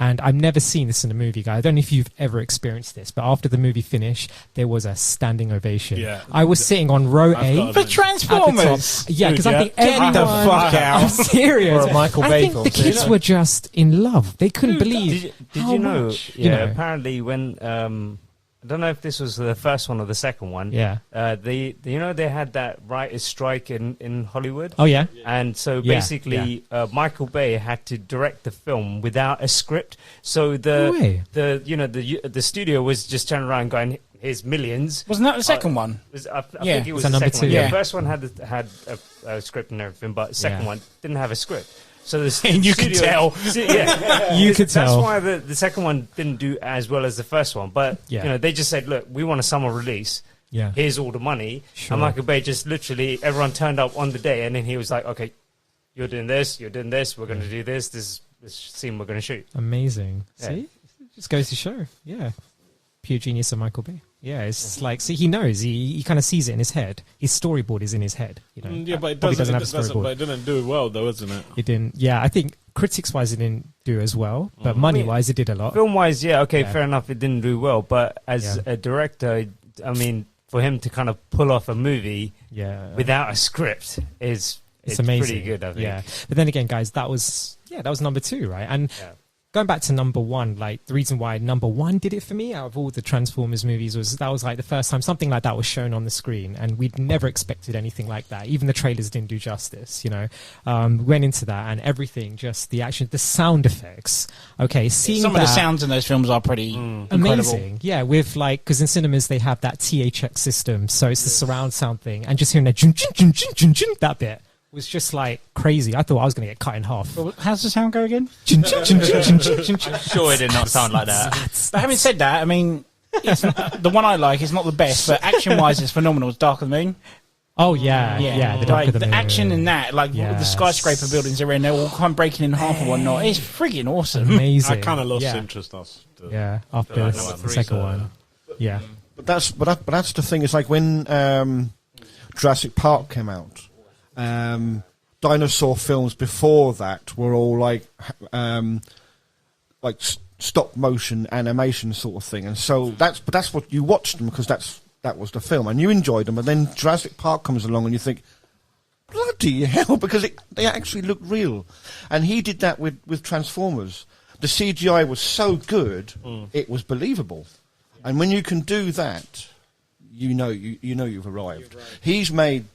Some of his films are better than others, shall we say? But as a director, he's made so much money for like Warner Brothers or whoever it is that is doing the films. You know, because he as a director, he's quite a successful one. And like you're saying, some of his stories are better than others, but he's able to pull it off. He's able to make a good film. Sorry, I just have to mention as well, like. Even the actor I'm gonna have to give hats off for the actors. I mean, when I was watching the behind the scenes for that movie, one or two, and the way they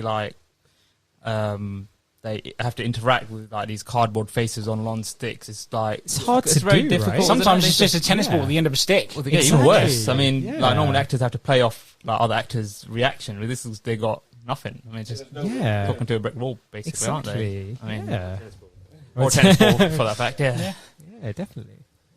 Yeah, so my number 4 will have to be Leon, or as in America it's called the La Professional. What a film!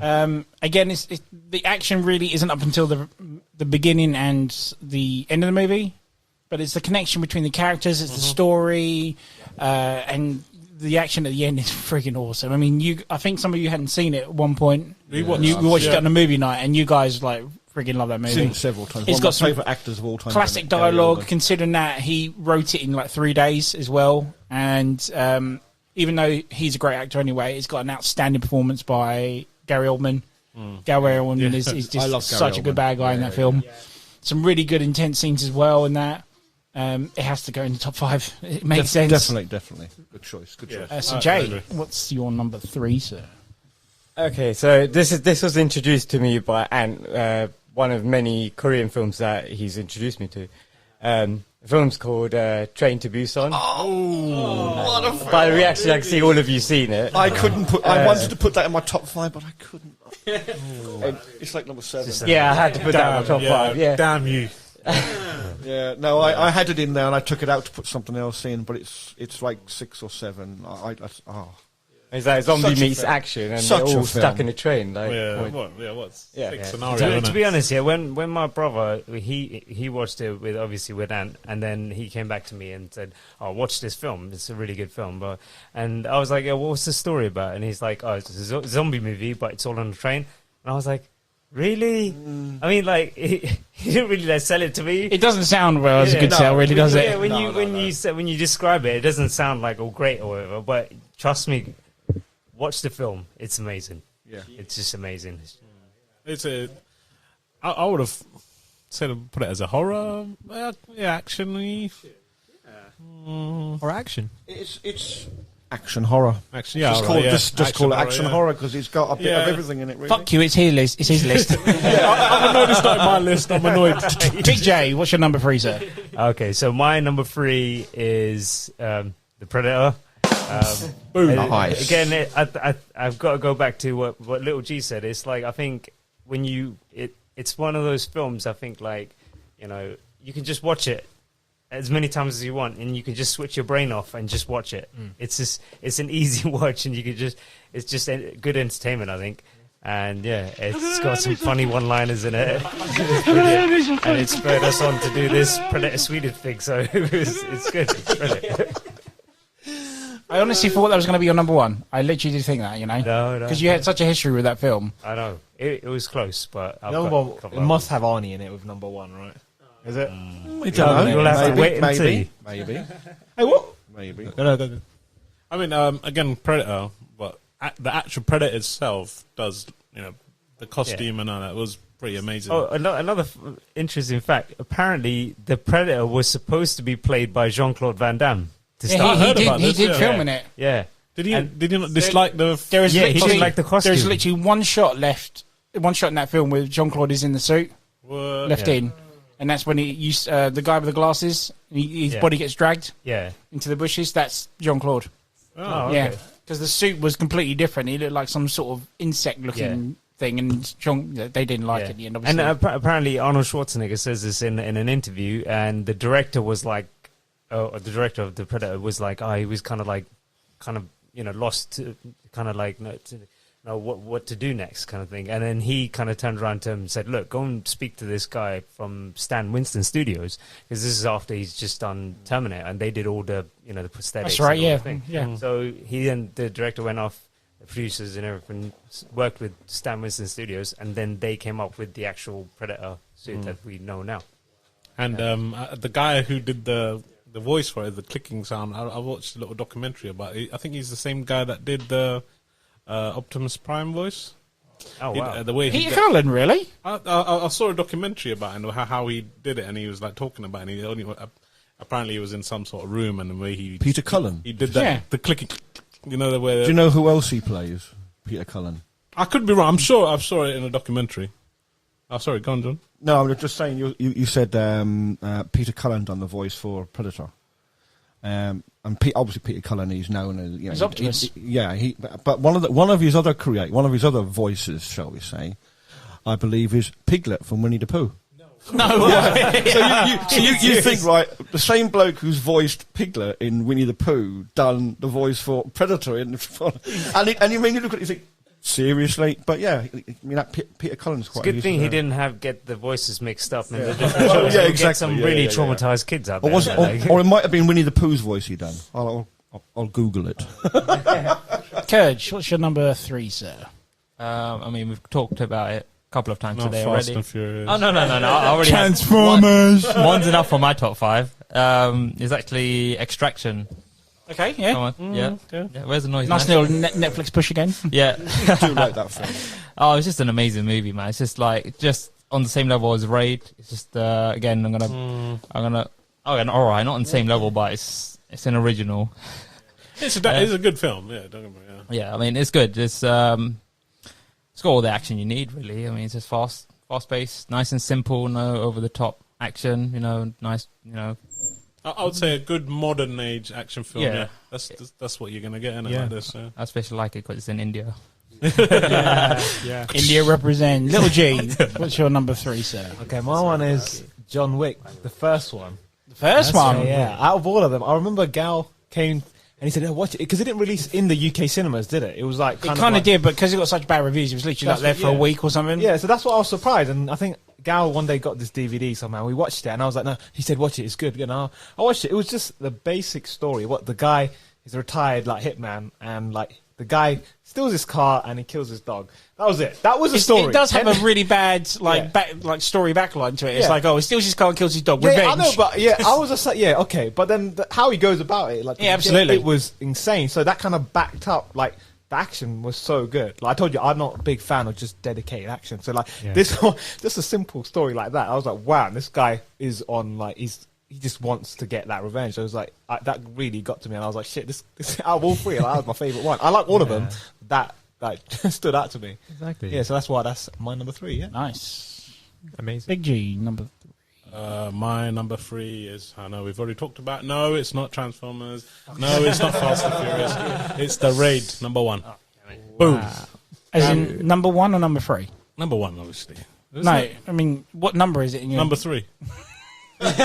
So The Raid is your number 3? Yes. Right. Yes. I think we've already talked enough about it. Just amazing. Yeah. It's amazing. John. Wow. Go on, John. What's your number 3 set? Stop Googling. My number 3, T2, Terminator 2. Boom. Yeah, I mean, we've spoke about it already. So, amazing film. Moving on. Cool. Number 3. Nice one. My number 3.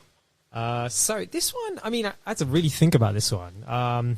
There was action in this. Okay, it was Inglourious Bastards.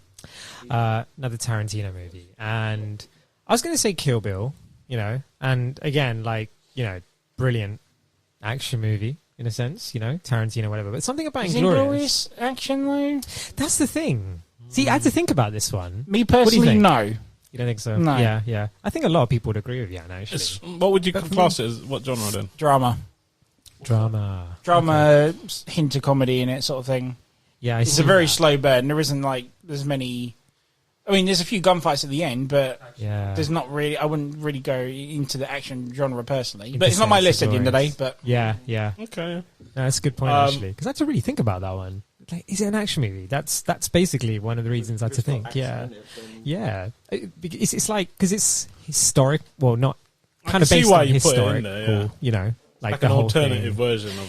Yeah, like exactly, and even that kind of like the World War II, thing, and just kind of like stabbing in the hand in Tarantino style, and again, like the end scene in the cinema. There's definitely a few intense scenes in that as well. Yeah, absolutely intense. Yeah, like proper. What's the actor's name again? Christoph Waltz. Yeah, he goes into that place. That scene is amazing, where the Jews are hiding underneath. Yeah, the beginning scene in that, it was sweating. Again, that's amazing. Yeah. But yeah, action it's a tough one. I had to put in a Tarantino movie in there. But I think for me, the reason why I'd say action is just that end scene, when they're all kind of like just firing and then flames are going off and something's burning down. I don't want to spoil it, but it just looked like, proper. I can see why you put it in there. Yeah. But Tarantino, again, he's that, John. John's getting stiffy. Put it away, John. Yeah. But yeah, that's my number 3. Okay, so my number 3, not only is it my top 5 action films, it's in my top 10 movies of all time, and that is Mad Max Fury Road. Oh my God. When I saw this movie, it blew my fucking balls off. Oh my God.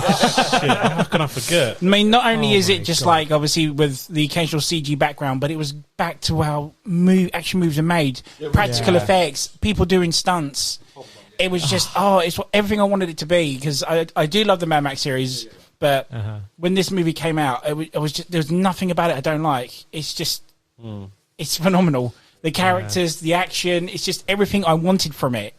Mad Max is in my top 10. Yeah. I completely forgot about that. The original Mad Max. The soundtrack, the character. There's not one film. There is not one car in that film that is the same. Every single car is individually different from the design of it or what it can do. Okay, it's not exactly Tom Hardy's best acting in the film or anything, but he's for a Mad Max film, he's barely in it. Barely talks in it, isn't it? Barely talks in it as well. But yeah, just the style of it, the way it's shot, it's quite a big multicultural film now because there's so much to it now that people have really enjoyed from it, and. Yeah, it's just full on action. It's like, how can it not be in the top 10 at least? I completely overlooked that. Such a great movie. Is there a black and white version of that? There is a black and white, but it was actually originally intended to be in black and white. Yeah. I'm glad they didn't because it does look. Yeah, that's. The colours. Oh my God, the colours stand out. Especially when they go into that sandstorm. Yeah. That's amazing. Yeah, some of the dialogue in it. It makes funny. me want to watch it now. I want to go back and watch it now. But yeah, definitely Mad Max Fury Road. It's got to happen. So we're down to the last 2. Ashley, you ready for your number 2? Come on. Okay, so number 2 for me is it's a film that we've mentioned a couple of times already. Oh, really? It's not Fast and Furious or Transformers. It's Extraction, actually. Yeah. Really? And just like Kurj, I did actually get happy that it was in India. Correction is actually Bangladesh.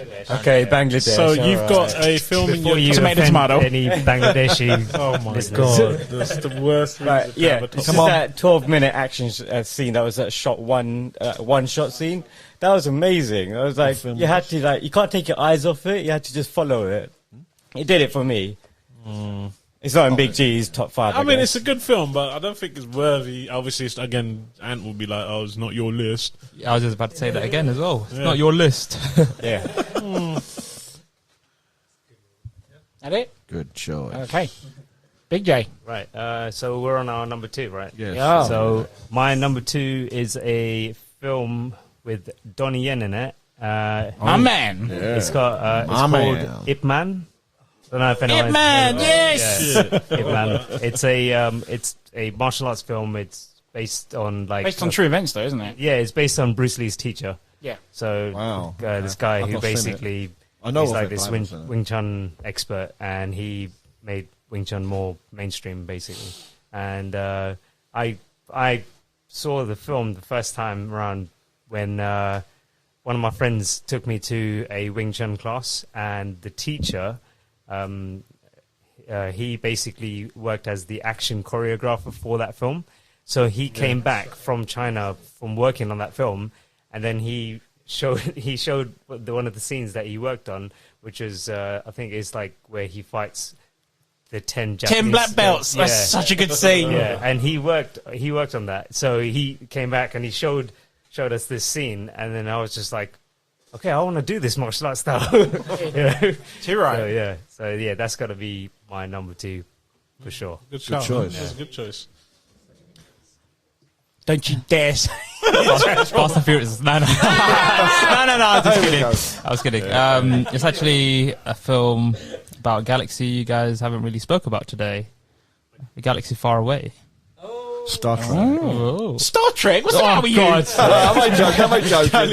I joking? But this particular installment, I'm not sure if you guys will agree with, but it's my favourite, is actually part 3, Revenge of the Sith. Okay, yeah. Yeah. So, I'm not gonna lie, to be honest, this was my first Star Wars movie that I properly watched in the cinema. True story that I actually bunked off school to watch it. You know? Nice. We've all done that. Why not? About around 12 or 13, yeah, and it was an amazing experience, CGI and, just the lightsabers, I mean, again. Obi-Wan versus Anakin, that is amazing. Epic scene. You have done that yourself. It's under against me! I love it. Oh, yeah, I'm sure you guys love it as well. I mean, just action and it's just, That movie has one of the most cringiest lines in the film. Do you want me to tell you what it is? Yeah, go on. Tell us. Let's hear it. So Anakin says to Padme, "You're so beautiful." So she says, "It's only because I'm so in love with you." And he goes, "No, it's because I'm so in love with you." What amazing cringe. Gotta love the romance. Again, it's funny. It's because when Big J mentioned Avengers. And you don't think Star Wars is an action film as well? It sort of is. Weird. It totally is, yeah. It's weird. I didn't. When I was doing It's got everything in it, really. I didn't even think of it. It's got a lot of the sci-fi factor to it. I think that's why kind of. You overlook all that. But you're right. That fight scene at the end is one of my favorites. Man. Star Wars battle scenes.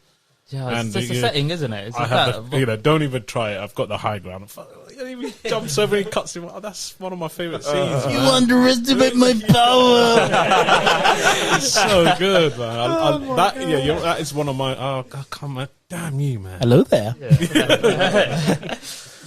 Yeah, well, that's my good choice, man. Very good shout. Yeah. Thank you. Little G.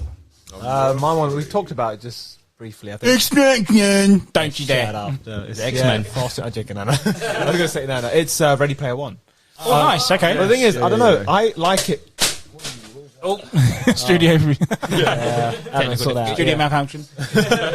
Yeah, no, I don't know if I like that for the action, because I love the story. I love everything. I got the CGI, and I think maybe because I'm a gamer as well, I love what they brought into that. I mean, I think Ant can agree as well. And yeah, I think a part of that. That's why I really like. Also, I love the fact that they kind of touch up on like at the end of it, like the Easter eggs. Like every game, he goes into that, and I do like. So I think I'm more appreciative of the story than anything else.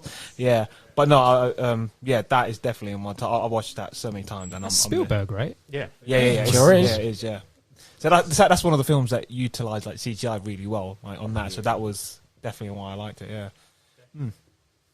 So, Chow, Big G, number 2. Come on, G. My one is Fast and Furious, Hobbs and Shaw. What? No, I'm really kidding. I thought so. Even I was looking at you thinking, seriously? Fast and Furious has taken a lot of stick today. We've just spent the first 45 minutes dissing it, Yeah. and it's in everyone's fucking top 5 but mine. No, it's not. It's not in mine, don't worry. It's not. Mine is, we have talked about it. It's Transformers 1 for me. I think, for me, it's one of Christian Bale's... no, sorry, not Christian Bale. Sorry. You got Batman, man. What's his name? Shia LaBeouf. No, the director. Michael Bay. Michael Bay. Sorry, yeah, Michael Bay's finest film for me. I think. Have you ever seen The Rock? Don't fucking. Yeah. I forgot his name. Yeah, for me, I think I remember when I watched this the first time I went to the cinema after watching this film. It was, and I'm not kidding you, what Goku said. Everyone stood up and gave it a standing ovation. And I was just like, oh my God, this is phenomenal. And every time I watched it, that voice in the beginning when Optimus Prime talks, it's just like, oh, I get goosebumps. Before time began, there was the cube. I could sit down, watch it over again, and seeing, Prime, in that form and CGI, and you can see all the bits, the tires, bolts. Whoever did the CGI for that. Did you used to watch the Transformers like cartoon, isn't it? That's probably why you've got that kind of connection to that film, because it's like, something that you grew up watching, and then you just it's brought it to life, hasn't it? Especially you watched to real. It as cartoons. Seeing it for real, it's just like, oh man. And I think as an action film, I think it was spot on. Obviously, the films came after. I don't, it's not as great, because I just feel like the passion was there in the first one. Everything was music, action, CGI, everything was on point for me. And Megan Fox. Wow. Shit, my wife might hear this. Chicka chicka bow wow. Yeah, I think, it's just phenomenal, man. I can sit here talking about it. I think it might even be one of the top, make it into my top 10 films of all time as well. All right, quick question. Prime or Bumblebee? Prime, man. Come on, man. Bumblebee's so cool. Bumblebee is cute, yeah. It's a yellow car. Prime defines Transformers. Come on, man. That's what Transformers is about. Yeah, but you're meant to think about Prime, aren't you? Whereas Bumblebee's like the secret. To me, but I like Bumblebee. Bumblebee's the secret hero. I mean, I love Megatron, but I don't like the way that they designed the shoes. I mean, it feels like he's wearing heels. Like big, clunky shoes. I think they did that to make you think that feet. Oh, I said I thought you said shoes. Your feet. Sorry. All right, guys. No, but even the fight scenes between him and Prime is fucking damn good. Yeah. Anyway, moving on. I can talk about it. John, for the love of God, don't say it's Transformers. No, it's not. It's Fast and Furious. No. Die Hard. Oh shit! I knew it. Well, what was going to be his number 1? No. Why is it number 2, sir? It was number 1. Die Hard 2, then. It's not an action film. It's a Christmas film, John. It's not an action film. It's a Christmas film. It's a Christmas action film.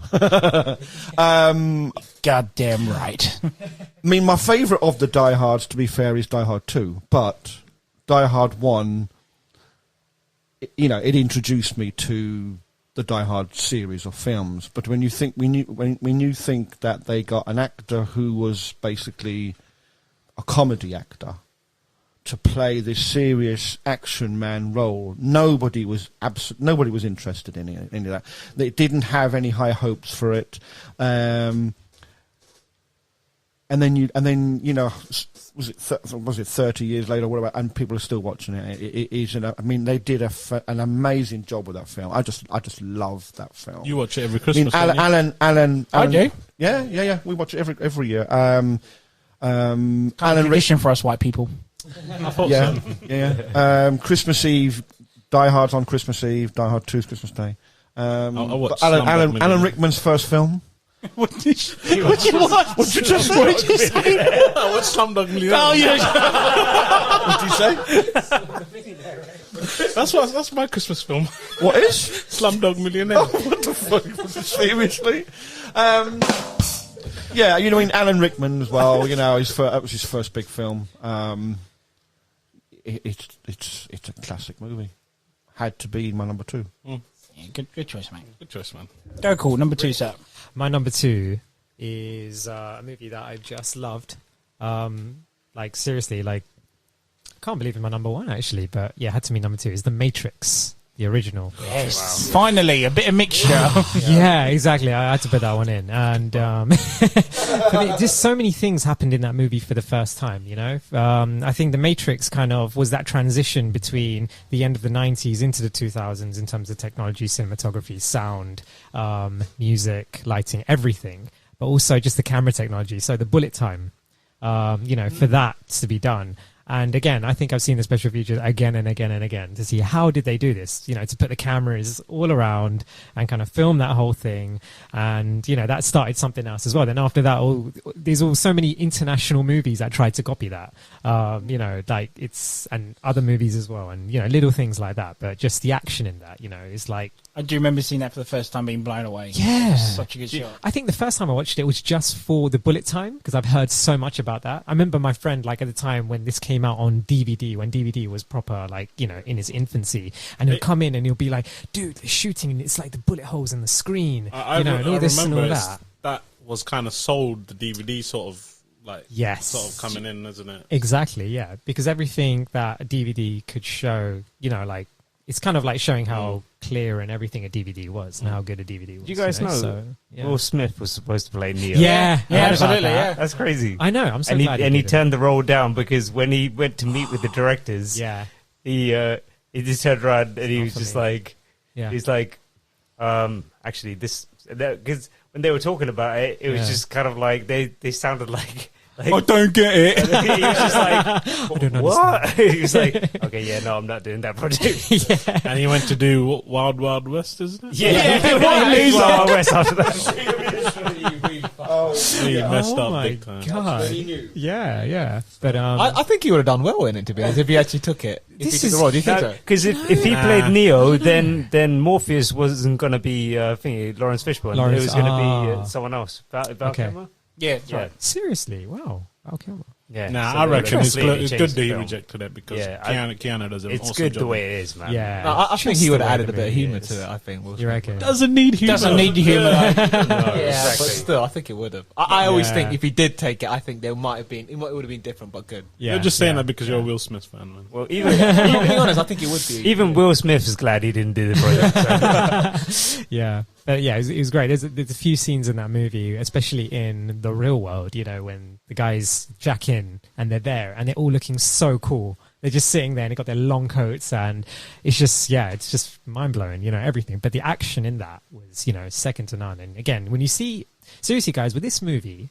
like, watch the special features, you know, and you'll appreciate how much effort goes into the documentary. That is phenomenal. Absolutely phenomenal. I remember buying the box set of that and spending 6 hours on my summer holiday just watching that straight and thinking, got it. yeah, like there's the scene, the bullet time, where the police officer Trini comes up and just shoots him, and he gets pulled in by the cord that pulls him back, and he actually hit the floor and was unconscious, and he ended up getting concussion as a result of it. But it looks so real. They put it into the movie, and little things like that, right? There's a part of the documentary I kind of feel bad for the woman who plays Trinity, Carrie-Anne Moss. Oh yeah, Carrie-Anne Moss. She has an injury. She had an injury during filming it. She broke her ankle. Oh yeah. And there's the scene in the end of the movie where they do the shootout in the hallway to the building. Yeah. And she flips over, and she jumps from the wall and flips over, didn't she? Yeah. So on the documentary, they film her doing that, and she lands sideways on her foot. You see her break her ankle. You can see the leg, right? And the thing is, like, she doesn't scream. She just goes, "Oh no! Oh no! Oh no!" Because she now knows that she's going to miss out weeks of shooting because she's literally broken her ankle. Ooh, and I feel so sorry for her watching that documentary. I must have rewound it like 4 times just to see it. Oh! And she's in boots that, you know, where... Do you remember back in the 90s where you had platform shoes? Yeah. That's what she's wearing. So the platform literally goes and breaks her ankle. You can see it. Yeah, nasty. Crazy. Yeah. But no, apart from that, he's a damn good documentary. Definitely, very, very good. definitely, yeah.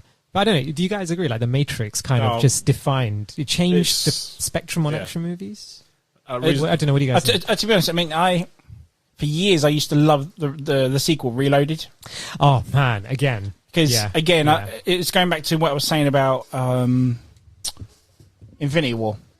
Apart from one scene in that film, maybe two scenes in Reloaded, the rest of it is just full on action. Keep going. Yeah. Maybe a little break at the end when they find the old man. I can't remember what he's called now. The key guy, isn't it? The key maker. Key maker. In the architect.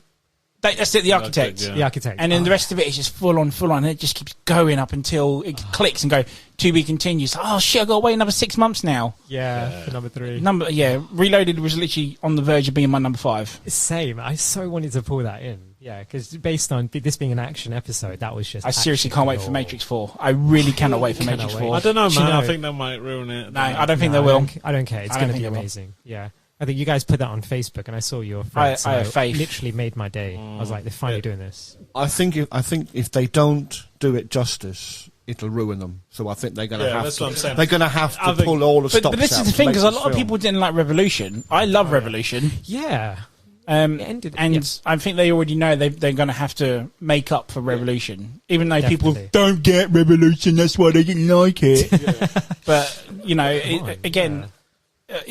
I have faith. I think 4 will be good. I think so.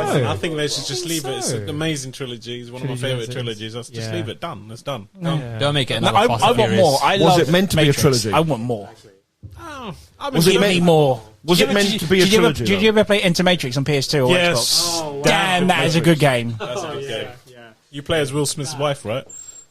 Well, she's one of the characters. Yeah. Did you guys ever watch Animatrix? Oh, I love Animatrix. Animatrix is amazing.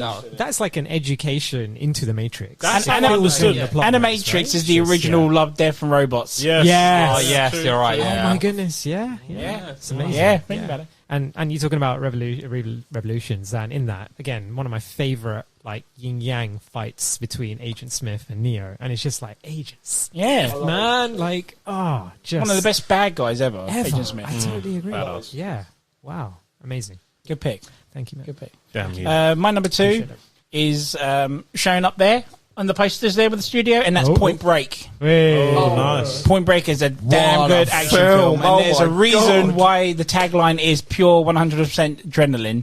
Yeah. Because it is damn good. Not only is it a great undercover cop storyline, just some of the action. It's got one of the best chase scenes ever, where he after the petrol station bit, and he chases him, and then he's like, "I'm going to shoot him, but no, I'm going to shoot him."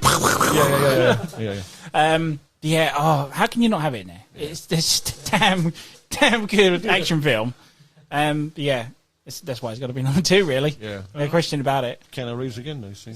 So we're down to the last straw, guys. Here we go. All our number 1s, our favourite action movies of all time. And we're going to go to Little G. Yeah. No, I'm only joking. Nash, here you go. So I think you guys might already know what my number 1 is. If it's Transformers, you're out the fucking door. I think you guys know. Big G must definitely know. Is it Drive? No. Metal Gear Solid? Actually, no, I didn't. I forgot about that. It's actually The Dark Knight. Yeah. Oh, okay, yeah, I'll give you that. That's a good one, yeah. It's an amazing film. Again, the Joker is my all-time favourite DC villain, and to make a movie of him, that's just awesome. It sold me there. So, Good pick. Yeah. I'm more a Batman than a Short Joker but fan, sweet, but sir. I do get the importance of having Joker. So. Big J. Right, so Number I just 1. literally just now changed my mind. So I thought about a film that I thought, okay, when I watched this in the cinema, I thought this movie was amazing. And again, it's another Marvel movie, but these guys that made this film, they went in a different direction, basically. And I think you guys will agree. It's Logan. It's people, Wow, really? Yeah, I've never Logan, watched man. it. It's Never like seen it. I watched that film, and most Marvel films are kind of like it. Kids can watch it and everything. This was gory. The action was just like brutal. It was just you just see the Wolverine in a different light on this, because the normal Wolverine, he'll go and stab someone, but they'll cut away from it, and you're like, well, I want to see it, you know. And then from this film, from the get go, it was just violence and just gore. It The was little just, girl yeah. on that is amazing. That's how it should have been, really, originally. Yeah, exactly. That's how Yeah, the yeah. Wolverine should have been. So yeah, that yeah. It gave him justice because the guy's got knives coming out of his hands. Yeah, you know, exactly. So you need to see what happens with those knives, right? It's a shame they didn't let him wear the suit though in the movie. He never does, isn't it? They never. He never wears a suit. Yeah. If you ever go back to the second Wolverine film when it's in Japan, Yes. we ever go back and watch the deleted scenes and he's on the airplane, he actually pulls out the suit and looks at it, but never actually wears it. Well, But did you? That was actually done in black and white as well, Logan. Yeah. Have you watched it in black and white? No, I haven't seen it in black No, and no, white I yet, haven't. no. Yeah, I want to see it in black and white actually. Yeah, I need to. That's a good pick. I didn't Yeah. expect that. I was Yeah. waiting for Predator to be number, but you put it 3, and I'm like, damn it. Number 3. I had a different number 1, but I just thought. What was it? What was it? The first Terminator was my number 1. Oh, okay, yeah, So, because you mentioned yeah. it growing up with it and stuff. Yeah. yeah. But then I just thought about this film, and I was like, damn, actually, no, I got to pick this as my number 1. That's nice, man. It's a different choice. Yeah, it's good. It's not Transformers or Extraction. Exactly. Oh dear, here we go. All right. It's going to be Fast and Furious. No. Damn. Winding up. My one is actually, well, Little G's number 2 is Ready Player One. Yeah. He stole it Oh, from my wow. list. Okay. Good choice. My idea of a perfect movie, action movie, being so close to being a gamer, is an ideal movie for gamers. Really, Yeah, it's the next yeah. step with what they call it, the Oasis, the omnidirectional VR set. Yes. You know, I mean, Yeah. who was not to like really? My favorite scene from the movie is like when he first uncovers the first challenge, where he Yes. literally goes back in reverse. Yes. Goes through the whole level. Yeah. Underneath. Underneath. the whole- I'm like, In the DeLorean, Yeah, come yeah. on. yeah, and the DeLorean. Yeah, Yeah, sorry exactly. to mention that. Yeah, I forgot to mention that. But yeah, I just think that's just so amazing. That whole CGI. It's a just- damn good action scene that chase Yes. scene as well. Oh, It's man, it's friggin' so awesome. amazing, man. Yeah. Just so many Easter eggs. I mean, so many references. I mean, Yeah, I think I there's probably like didn't nearly recognize. there's nearly 400. Yeah, I didn't even recognize like a quarter of it. Yeah. But yeah, no, I just love that movie. Just the music, the way it was shot, the characters. Yeah, it's just amazing. Good choice. Good choices. Yeah. What would you? Yeah. G number one. My film Number is 1. The Raid. Yeah, I love that film. Yeah, I mean, it is a good film. I think I watched it a bit late when I came in. I think I was watching it. I put it on the DVD, and then my dad came and just watched. He doesn't really watch action film, and he just sat down. and He was just like, "What the hell is this?" And he just stood there watching it for the next 2 hours with me, and it was amazing. This guy trying to go through levels, trying to take down this crime lord, and he's a beginner, isn't he, in the whole thing? So I was like, wow. And it's not that much. It's just a basic storyline, which is pretty. And it's just a lot of fight the whole way, and it's just insane. Like I told you, I don't like full on action scene. This is why I put this on top of this one.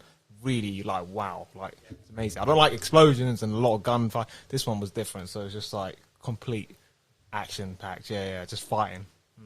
Yeah. Nice. Good choice. Big That, Jake. yeah. I hate Goku because he's mentioned my one. Just Matrix then. Yeah, but my one's Reloaded. part two. Yes. That's what I said. Yeah. Reloaded's Because I good, think man. As much as I love the first one, but when I first watched it, I think I was still like a teenager. I didn't quite understand the whole logic behind, getting plugged into the Matrix. But when the second one came out, I finally understood like what it was, and I think as much as the action scene, I think kind of like better than the number one, but number two, just like Ant said earlier, it's just full on. They created a whole motorway for it. You know, That's right. Yeah, they did. They built a whole highway for that. Yeah, scene. and then the agents jumping onto the cars. If you watch it even now, it's still like phenomenal. Like, it still holds up. It hasn't outdated or nothing. It's just amazing. If you guys remember, if you remember the first time when you saw that, do you remember there was a show on ITV called GMTV in the morning, right? I never used to watch that, but before you go to school, you watch that, and they showed that scene where he literally, like Neo is on Agent Smith is on the car and he bounces off. And No, it's another agent. It's another. It's his. One of his. One of those viral. Yeah. agents. So he jumps in and he steps off, and I remember seeing this in the morning, and I'm like, "Am I still dreaming?" Like, I actually thought I was still sleeping. I was like, "Oh my god, they're doing a second Matrix movie." And, you know, that scene just looked electrifying, you know, to see it on GMTV as well. You know, it wasn't I was always on a trailer show. Annoyed, you know, where I think the Chinese guy gets on the motorbike with Trinity. The Keymaker. Like, I want to hug that ass, man. But it's so funny though, because that scene where she dodges the oncoming traffic on that motorbike, it looked so real that people were like, "Oh, that's an amazing stunt." And you go back, it's all CGI. Yeah, I think it was mostly, especially because the cars come and approaches the scenes, the camera, it's all CGI. But it's the fact that they built the whole motorway for it. It's just fucking amazing. Even I think the scene where Morpheus. It's like I think the twins are in the car. Yeah, and the samurai sword. Yeah. Fucking iconic, isn't it? He slices it up and then just gets his Uzi out. It's amazing. Even that gun. Yeah. I'm sorry, like being really into like guns and stuff, right? That gun, I thought it was an Uzi as well. It's actually like an M9. It's just a normal handgun. Normal gun, but it's got like a rapid fire attachment, so it goes. Isn't that right, John? You know, it's a 1989 Uzi. It's an automatic handgun, isn't it? Like a Glock, yeah. And it's just the sound of it. It's like it's amazing. I think my favourite scene is the bit where the two lorries collide and it bullet times out. Yeah, and then that is amazing. It's amazing. I remember seeing that the first time. Yeah, it's so freaking good. That's right. Yeah, and originally, like you I can said, see the shockwave on the and then at the end, the bullet, the nut of the bullet, ping. The sound effects amazing. Yeah. Oh, and the beginning scene of that with the music, I always listen to it. It's an instrumental music called Furious Angels. That's it by Rob Zombie. No, not Rob Zombie. You know, Rob Zombie. I know who you're on about, but it's when he fights the agents for the first time. That tune for that. Oh, and he goes. Upgrades. That fight scene's amazing. It's the choreography, right? Because it's like it just fits in. I'm still only human. Yeah, that's so good. And the music kicks into. I was listening to it on the way here. It's amazing. Man, I really want to watch it again now. Do you know, I saw I'm literally going to watch it in 4K. And watch the whole trilogy. I think it's like originally I did have like the first one because I think when it first came out, I think it was just like. Something new, like we've never seen it before. Like you talked about already the bullet time and stuff, and I think 2 just took it to another level. And I remember, do you remember the M.T.V.B movie awards or music? I can't remember. M.T.V. movie awards, right. They did a parody version. I can't remember. It's with Justin Timberlake and Sean William Scott. And then and Will Ferrell plays the architect. Ergo, he's the B. And then who farted? And then who plays who farted? If you ever have a chance, I think you could get it on YouTube. It's on YouTube. It's so hilarious and absolutely brilliant. But the fight scene with the loads of agents comes as well. That's freaking awesome. Oh yeah, there's Agent Smith jumping. The multiple Agent Smith. Yeah, I can go on about But again, the CGI and that wasn't perfect. But I was so engrossed in that fight scene. It was so freaking. It's awesome one of those ones where you just like from beginning to the end. It's just like non-stop, and you're like, whoa. Yeah. And then I think it answers a lot of questions as well. Sorry, when Neo flies off in the first one, you're like, what? And then you see him do all these because you go off after. He does a lot of flying in this one. Yeah, and then you're like, shit. Okay, what were you going to expect for the next one? And it just totally topples the first one. Absolutely, it's amazing. Even like the choice of music on that first scene, when he flies off, and it's like the Rage Against the Machine. Yes, and that's what got me into the end of the first one. Yeah, and I was like, oh my god, I've got a stiffy right now. Even like I know it's about action, but the story for that, amazing. Like it's just ahead of its time. Like you wouldn't even think about these stuff. Like there's only one part of that film I really don't ever get. What in part 2? In part related, so there's the action scene at the beginning, and then they get to Zion. You see Zion for the first time, okay? And the Flight of the Osiris, which is from Animatrix, records that the machines are digging to Zion. They're going to die. They're going to be attacked. Yeah. So why the fuck do they start partying and dancing? In that the rave scene, right? It makes no sense. It's like there's a rave scene, but the fact that machines are digging to come and kill you, and you're partying like it's 1999. It's funny because in that parody, MTV, it's apparently Morpheus having an orgy. It's like, there's some killer robots coming to get us. Doesn't that make you want to party? Just never go. I love that movie, but that scene just doesn't make any sense. Yeah. Good soundtrack though, but yeah, it wasn't either. Yeah, you're right. So, good choice. John. Such a good choice. Number one movie of all time, Die Hard number 2? No. My number one choice, I was torn, really. Again, it's Keanu Reeves. But originally, my number one was Speed. Oh, I was going to say it was Speed. Damn. But I changed it. 2? John Wick, original. Oh, the first one, okay. Yeah. Reason I like... but you love Speed. I do love... That's what I mean. So when we put the list together, I already put Speed number one, and I worked out the other 4. But that was it. But the more I kind of think about it, Speed was more about the story and trying to find out who's put the bomb on there and how to stop the bomb. I mean, it was how to stop the bomb, how to stop the bus, wasn't it? Yeah. There wasn't a huge amount of action in it, you know. So but I loved it because when it was one of the first films I really got into, because when I that's what got me into like surround sound at home, you know, where you're just speaking and stuff, because the creaking in the lift cables when he gets in the lift and everything in the beginning of it just blew me away. So all the time.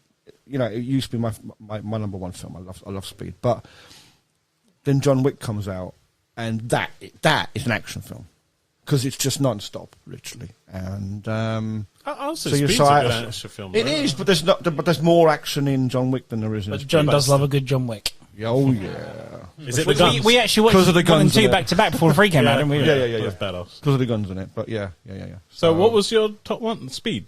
Originally Speed, but number one is John Wick now. I think you should start with Speed. Speed's amazing. I do like Speed, to be fair. Amazing. But I had to change it in the end because as much as I love Speed, there's more action in John Wick than there is in Speed. So, and it's an action list. So, you know. If you ask me which was my most favourite Keanu Reeves movie, then I would say Speed. So, but as in action-wise, you're going with John Wick. Yes. Yeah, that's fine.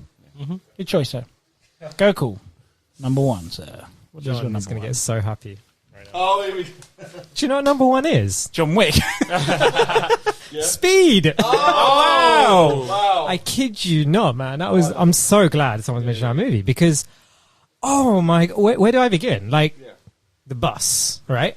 I remember watching that movie the first time, and if you watch the trailer, it's all about the bus, right?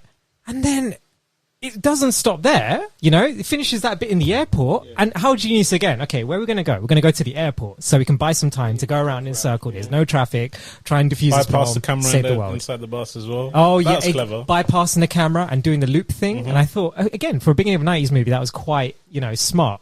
The bad guy is sitting in a little house, and he even says it himself, interactive TV. You know, the idea that whatever he does, he's seeing it on this live television feed, you know?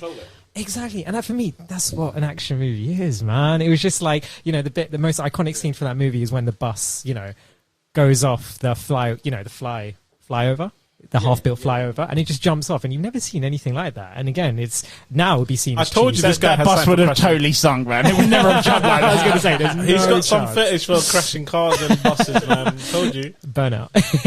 Yeah, but again, that's that. And I remember watching that when it was on terrestrial because I didn't. You know, having to see that on VHS. At the time, it would have been on VHS. DVD wasn't out by then. And yeah, and I remember watching that and I'm thinking, oh, the movie's going to end now, you know, all saved. And it doesn't end there. And it takes place. And then the subway gets involved. It's weird you know? you're saying that because I've just realised there's probably 2 breaks in that and the rest of it's full on action. It's full on action. Exactly. When the train crashes at the end, literally, it finishes. So it's like, there's no more action, guys. Finish. The movie's over. Exactly. We've run out of money and that's it. You know, it's like, yeah. Brilliant. It's such a damn good explosion so when the bus goes on the plane as well. Oh my goodness, yeah. Honestly, John, it's probably one of the best explosions I've ever seen. Like when you see that, you know, the way it just goes in and what they used, the pyrotechnic team on that did an amazing job. That was, so good. But yeah, Keanu Reeves, you know, again, not many people know, well, you know, they should know, you know. He done a lot of action films back in the day. Yeah. He is one of the bigger. Exactly. Yeah. Definitely, yeah. And Sandra Bullock as well. You know, like amazing. Yeah.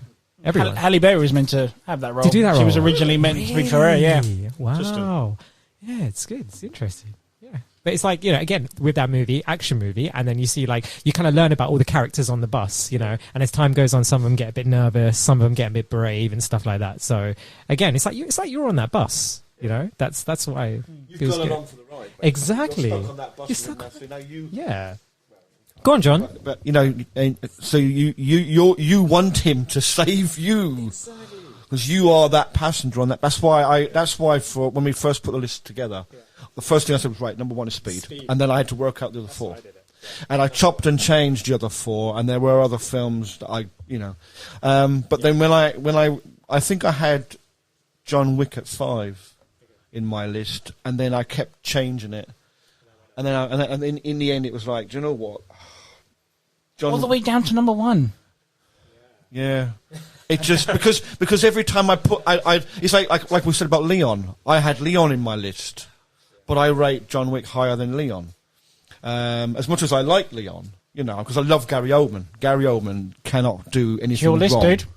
I'm just glad there wasn't an Extraction or Transformers in it. Yeah. So, but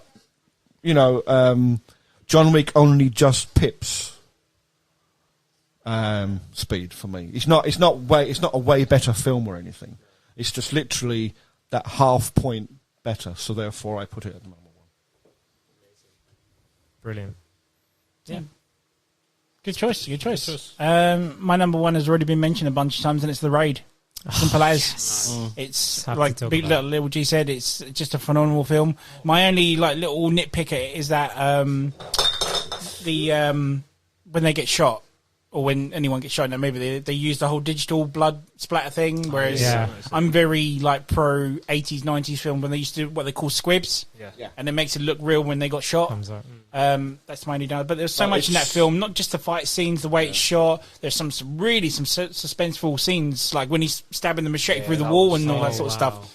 But some of those fight scenes, I just at the end I was like, ooh, and and like, ooh, made me cringe because of how some people get stabbed in the neck and all that sort of stuff. And but it's really weird because obviously most of us have got into Korean films through you, and a lot of your recommendations and stuff. And I know The Raid isn't Korean; it's Indonesian. But I get the impression that part of the world don't like to show the blood and the gore that we sort of are used to, because I've seen a couple of Korean TV shows, and they blur out the blood. Yeah. It's there, but you can't really see it. It's like if someone gets stabbed, there'll be a blur around the stab wound. And so I'm wondering if that might have been something to do, because obviously, Korea, Indonesia, it's a similar part of the world. I'm wondering if maybe that's their culture is to hide. It's the blood's there. Yeah, it's a sort of censorship. The blood's there. Yeah, the censor board. They're not. They didn't make the film for the gore. They made it for the action and the story. And also, if they had too much gore, they'll literally cut the scene out. Because there's South Indian films where you would go and watch it in the cinema because they want to cater to everyone. Yeah, they'll blur. So they'll just cut a complete scene out. So you'll see there'll be a scene where there's gonna be a fight. And then all of a sudden it just cuts to the end of the fight, and you're like, "What just happened there?" You could tell that was cut. It's just blatantly cut because the censor board just deemed it's going to be a fight. For everyone it cuts, and then there's a song. Exactly. Yeah, but so that's what I think that it's not. Yes, it's a form of censorship. Isn't it? Right, they just blur it. They haven't, like you say, they haven't cut those. In film The Raid, they haven't cut very much of it. I don't think. A lot of it flows very well. Just that those little bits where there's meant to be bullet holes. I think Raid did it because I think it was a low budget. I think that's what I remember watching the CGI blood for a low budget. There's nothing low budget about that, bro. If it's low budget, you would do squibs. It's a lot cheaper to do that because even the guns. They had to CGI into it as well in the Flash. Yeah, I mean, he did struggle with budget on that film. Yeah, it's just a little nitpick, but just as action goes with it. Again, maybe a tiny break at the beginning, and then the rest of it just. It's everything you want in an action film. It's a roller coaster ride. An absolute roller coaster ride. I think we don't do justice describing it because you have to watch it when we first watched it. It's like you said, oh. Yeah. Like, the kill with the broken door. And absolutely. Thinking of that is just making my neck go funny. You can't describe it. You have to just see it for yourself to believe the action scenes in that. It's just so phenomenal. That's it. It's like the weapons that they use, or I'd say the objects that they use. Is like the blunter, the better. You know, you don't see like the bit where he just takes his head and he just goes whack, whack, whack, whack, whack, and he keeps on going and he doesn't stop. The guy's dead. Still, he's going in. You know, and it's lit. It makes you cringe. It's fantastic. But again, that's an Eastern culture. Yeah. Because if you look in a lot of like the Korean films, they'll bring out like baseball bats and hammers, whereas in a Western film it'll be pistols and machine guns. Exactly. So end it quick. But yeah. And would you say it's the best action movie of all time? A lot of people have said this online. It depends what everyone's. This is why I was going back to the question: what makes an action film? Yeah, I don't think there is an explosion in The Raid. I cannot remember, but there might be one scene but apart from that, it's just everything I want personally from an action film. I mean, if you're talking about an action film, then you're looking at something like Terminator 2 is the definitive like action film. Yeah. But some people don't want to sit through subtitles, so obviously my pick of The Raid isn't going to be everyone's cup of tea, which is a shame. But it's what everyone's persona is. Because some people like action films but don't like martial arts in action films, for example. Yeah. And obviously there's a lot of that in this film. So it's down to the individual, isn't it? Exactly. Yeah. Any more quick ads before we wrap up, then, guys? Honourable mentions, Gal. Oh yeah, honourable mentions. I know he's getting his list out. I did have one. Oh Jesus! Him and his honourable mentions. Metal Gear Solid movie. So it's Transformers 2, 3, 4.